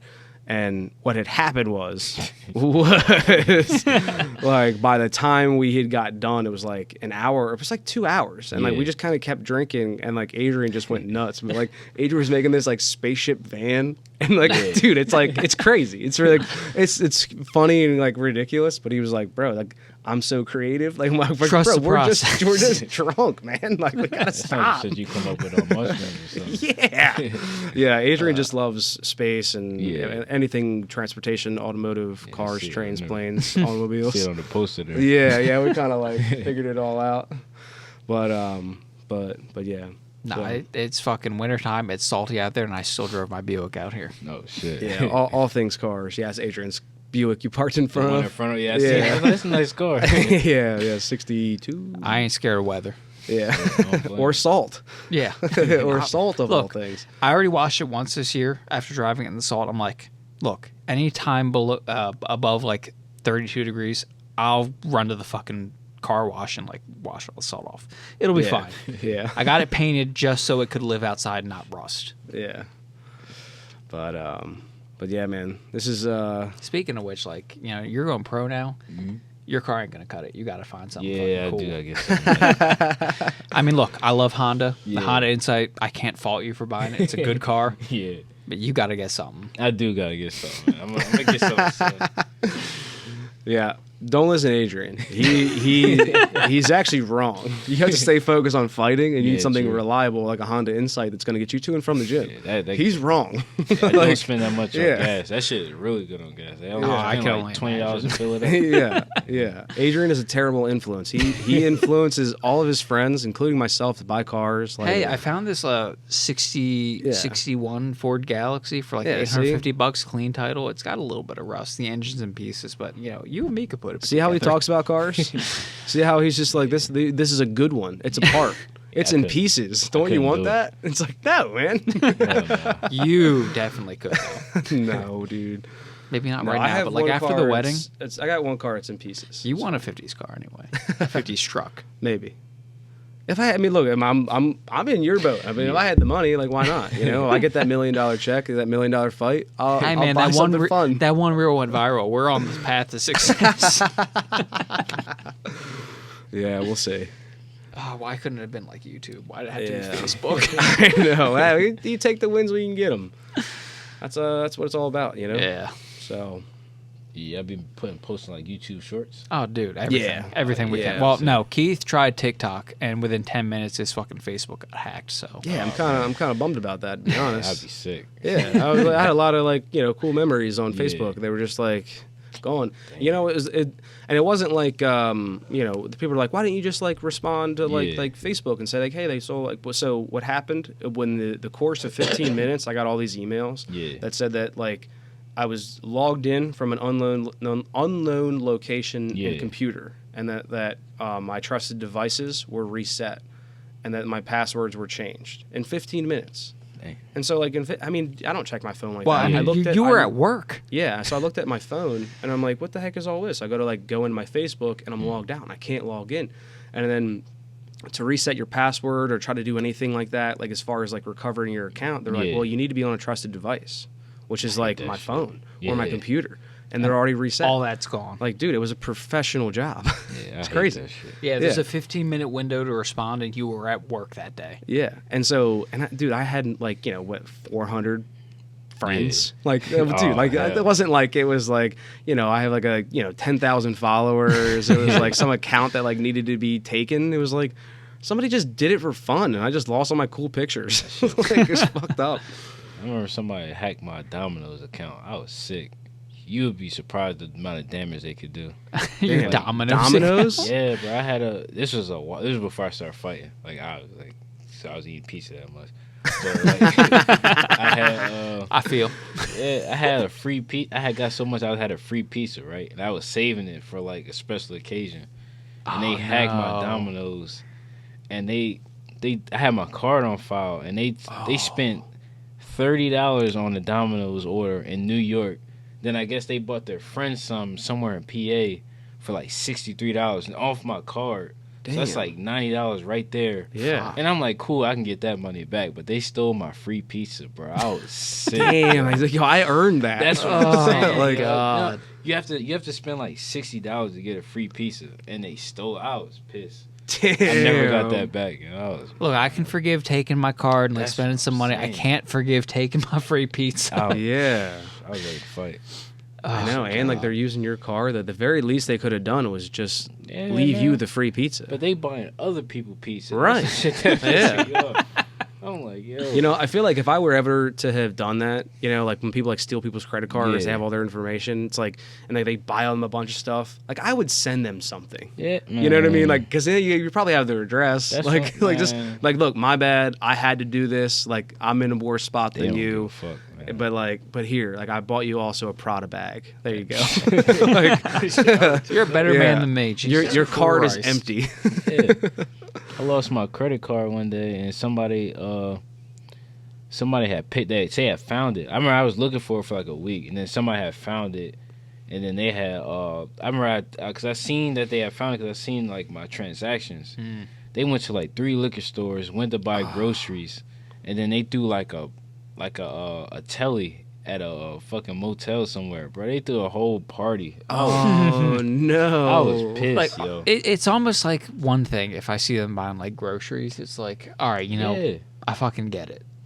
But like you start doing that shit, it's like, dude.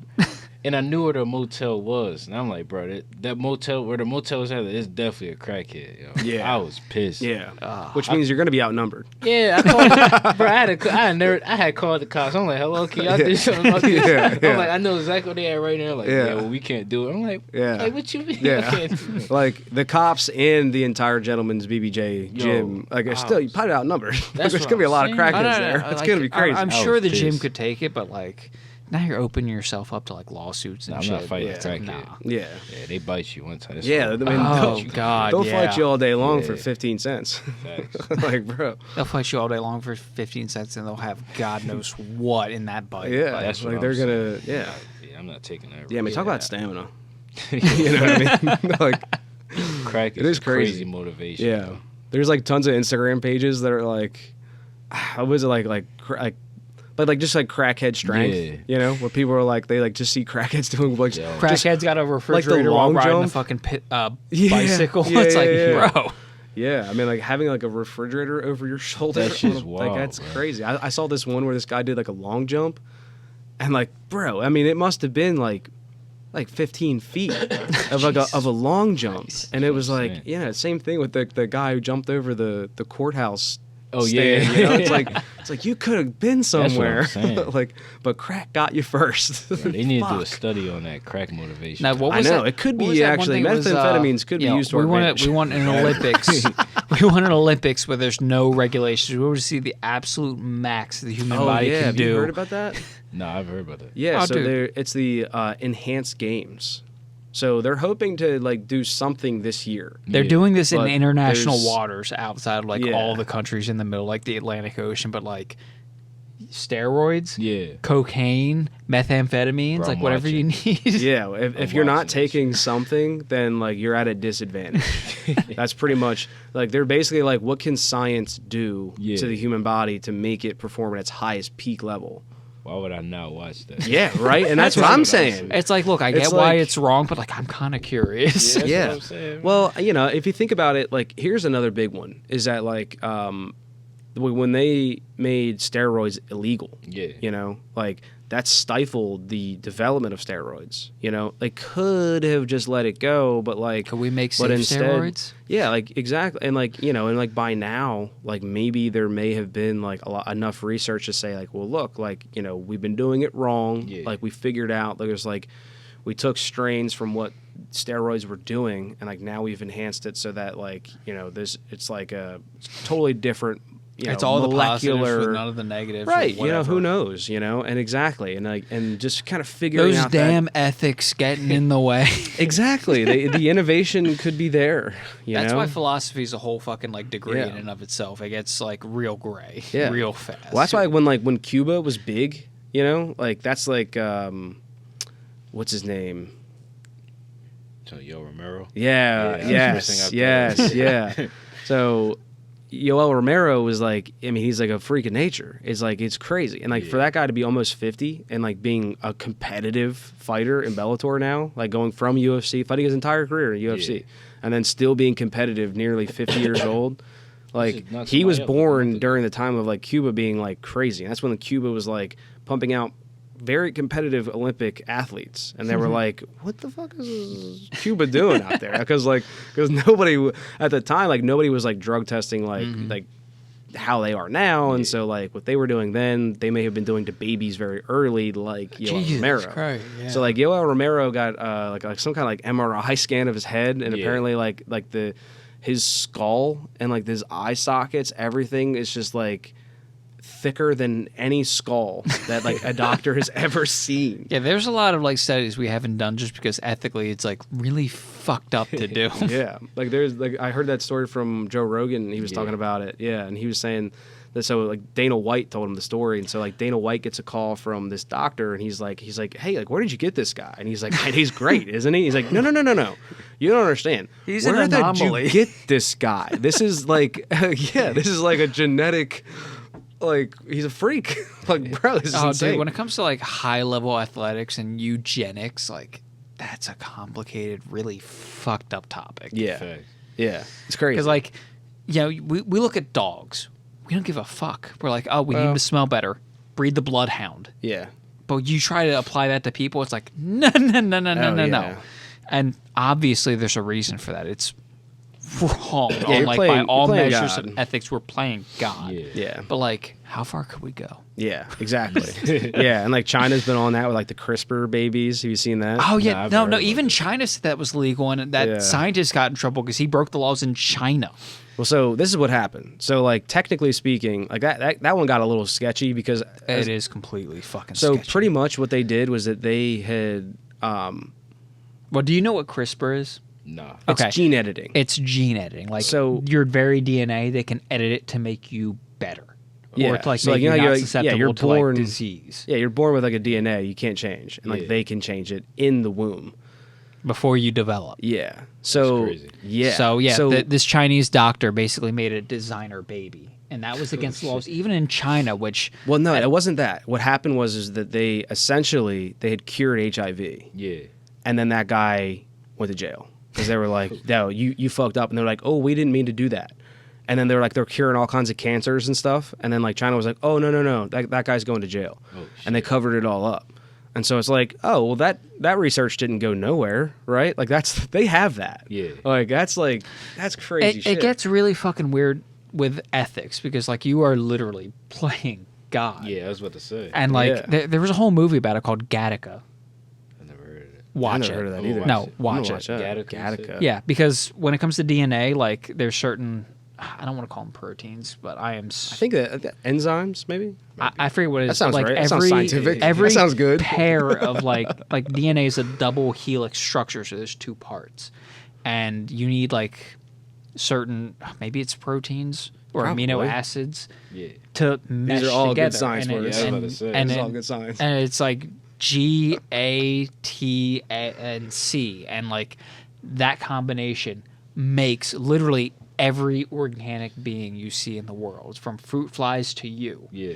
So the movie's called Gattaca because it's GATTACA. Oh. That's DNA. It's the I'm not chain. gonna lie. I think that whiskey is making all this shit make so much sense. Yeah. No, trust me. Like we're I'm higher beings at this I'm point. on one right now.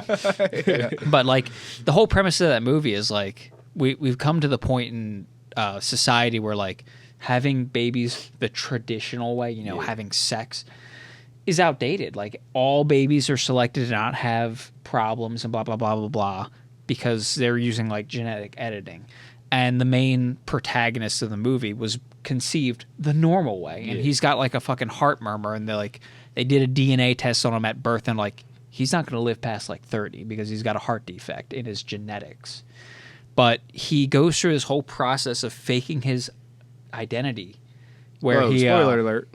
Easy. no, What if we're gonna that's not watch even it? a spoiler alert. Oh, okay. Like it's from the beginning. He's like, my brother, who is now like dead, was like he was born the correct way through like test tube and genetic editing, where he's genetically like perfect, and he's like cleaning his fucking keyboard at work so none of his skin cells are there. And then after like everyone leaves, he puts like his brother's skin cells down so that if anyone like investigates him, they find perfect DNA. And like his whole goal is to like go to space and all this other shit. But he's got to like assume the identity of like his dead brother, who's like genetically perfect, but he was born the regular way. And it's like, that sounds dystopian as fuck. But like if we were to allow genetic editing and CRISPR and all this other shit that we're working on right now, that's the direction we're heading. And this movie is like a decade old. Like it's been out for a while. So there ain't no booty busting in that movie? Dude, no booty. I don't know. They don't really go into detail, but it's like crazy. I know. Oh. No, Is no cheek sex clapping. gone? That's what I'm saying. Like I just jack off into a cup, and then my wife has an egg, and then the doctors pick the right DNA and put it together perfectly. Yeah. I don't want to do that. No, but Yeah, so that's how you know it's fiction. As soon as they're like, well, the guys just decided to stop clapping Yeah, no, cheeks, we've got- and then they moved on to.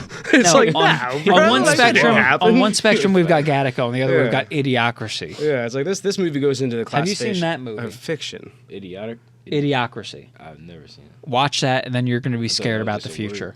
Oh, shit. Bad. Well, What's it so on? you know what I thought about when you were talking about that? That was like, if you're, It's a comedy.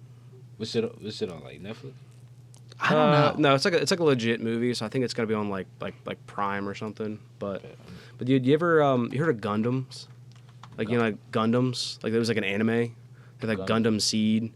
There was like kind of like a cool version of Transformers. Amazon Prime for $3. I think I heard of it. Yeah. Shit, I might watch it tonight. Idiocracy. Okay, the premise of Idiocracy is dumb people fuck more, Oh, shit. and they spread their DNA. And so over time, the population just gets fucking stupid. Yeah, and smart people are like, well, we'd rather wait. Yeah. You know? Yeah, well, My career's just my taking off. Yeah. And so like everything gets dumb over time. I got 4.5 stars. I might watch it. Yeah. No, it's a great movie. Like just as a comedy, it's fucking hilarious. But it's also scary if you start looking at like social media. Yeah, it's also it's one of those like kind of when you start watching it, it's like it's crudely dumb. Yeah. It's a very like low vocabulary movie. Yeah. You know, but it's on purpose. Yeah. Like Look, I'll put it to you this way: the people who made this movie, they needed a shoe for like the prop design, and they were like, we need something cheap and we need something fucking stupid that no one's gonna fucking buy. Yeah. So they found a company that was like coming out with this new shoe that was like kind of futuristic but also really stupid. And they're like, okay, we're going to use this for all the future scenes. Yeah. That shoe was Crocs. Hey, yo, that's crazy. yeah. That's how accurate this is like panning out. Yeah. And like Glad I don't got no Crocs. yeah. And I don't have any Crocs either, but like, and I've always kind of wanted Crocs, appeal, but after though. I watched this movie, I was like, should I resist? Like, I feel like I should be. It's my duty to start changing the We gotta redirect the future away from future this. away from that. Yeah, but no, it's great, man. Like, it is a really good one, and like their president is President Camacho, and he's Terry Crews. Hey, And, yo.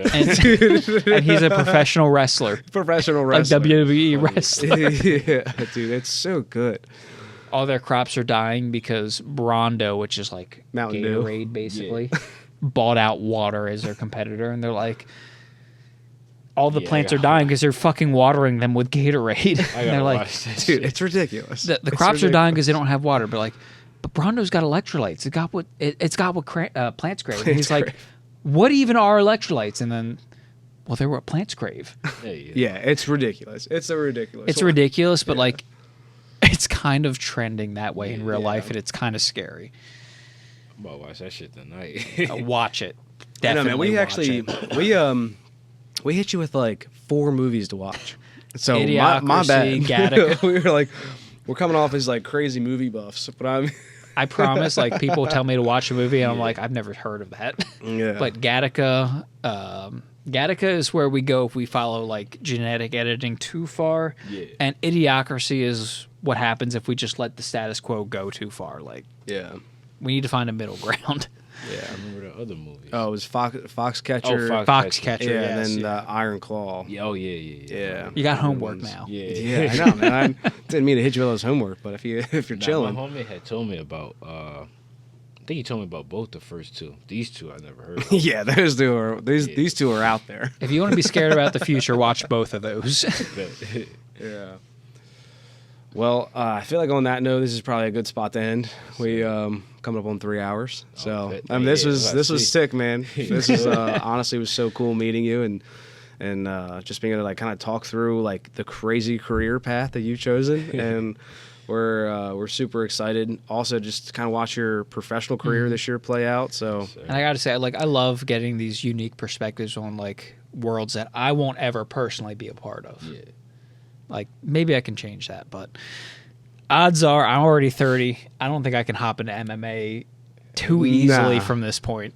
Hey, man, if you ever want, come to the Gentleman's, man. Just Yeah. Pop in. Look, Yeah. I mean, like, honestly, like I've thought about it. Like, I mean, if it wasn't for like my bad back, I'm Yeah. pretty close to like I could probably do like I mean, maybe a it'll little help your bad rolling back. jujitsu, you know, with you guys. But yeah, just coming there to just like kind of learn something from you guys Yeah. would be sick. Yeah, bro, anytime. Yeah. man. but like even without going into that myself, like having this perspective is great. I love Yeah. it. Anyway, I really appreciate you being on here and Yeah. offering that perspective. Appreciate y'all having me. Yeah, sick, man. And we'll be looking out for your new merch coming out, and hopefully Yes, at some sir. point this year. So And we'll be following your professional career. yeah, Like I said, man, look, first this next fight, man, I really see like a real crazy knockout. Yo. So Yeah. Yeah, just keep your you eyes got open Keith's for it. number, right? yeah, yeah. Oh yeah, I do. Yeah. Yeah, Text yeah. text us a reminder because like we got a bunch of shit Oh, going on, yeah, but and I'll- remind us and yeah, we'll be watch, following for you. sure. Of course. Yeah, we'll be following you. Yes, sir. So cool, man. Well, thank you. We appreciate problem, it. man. Thank you. Yeah, thank you. All right. Baby,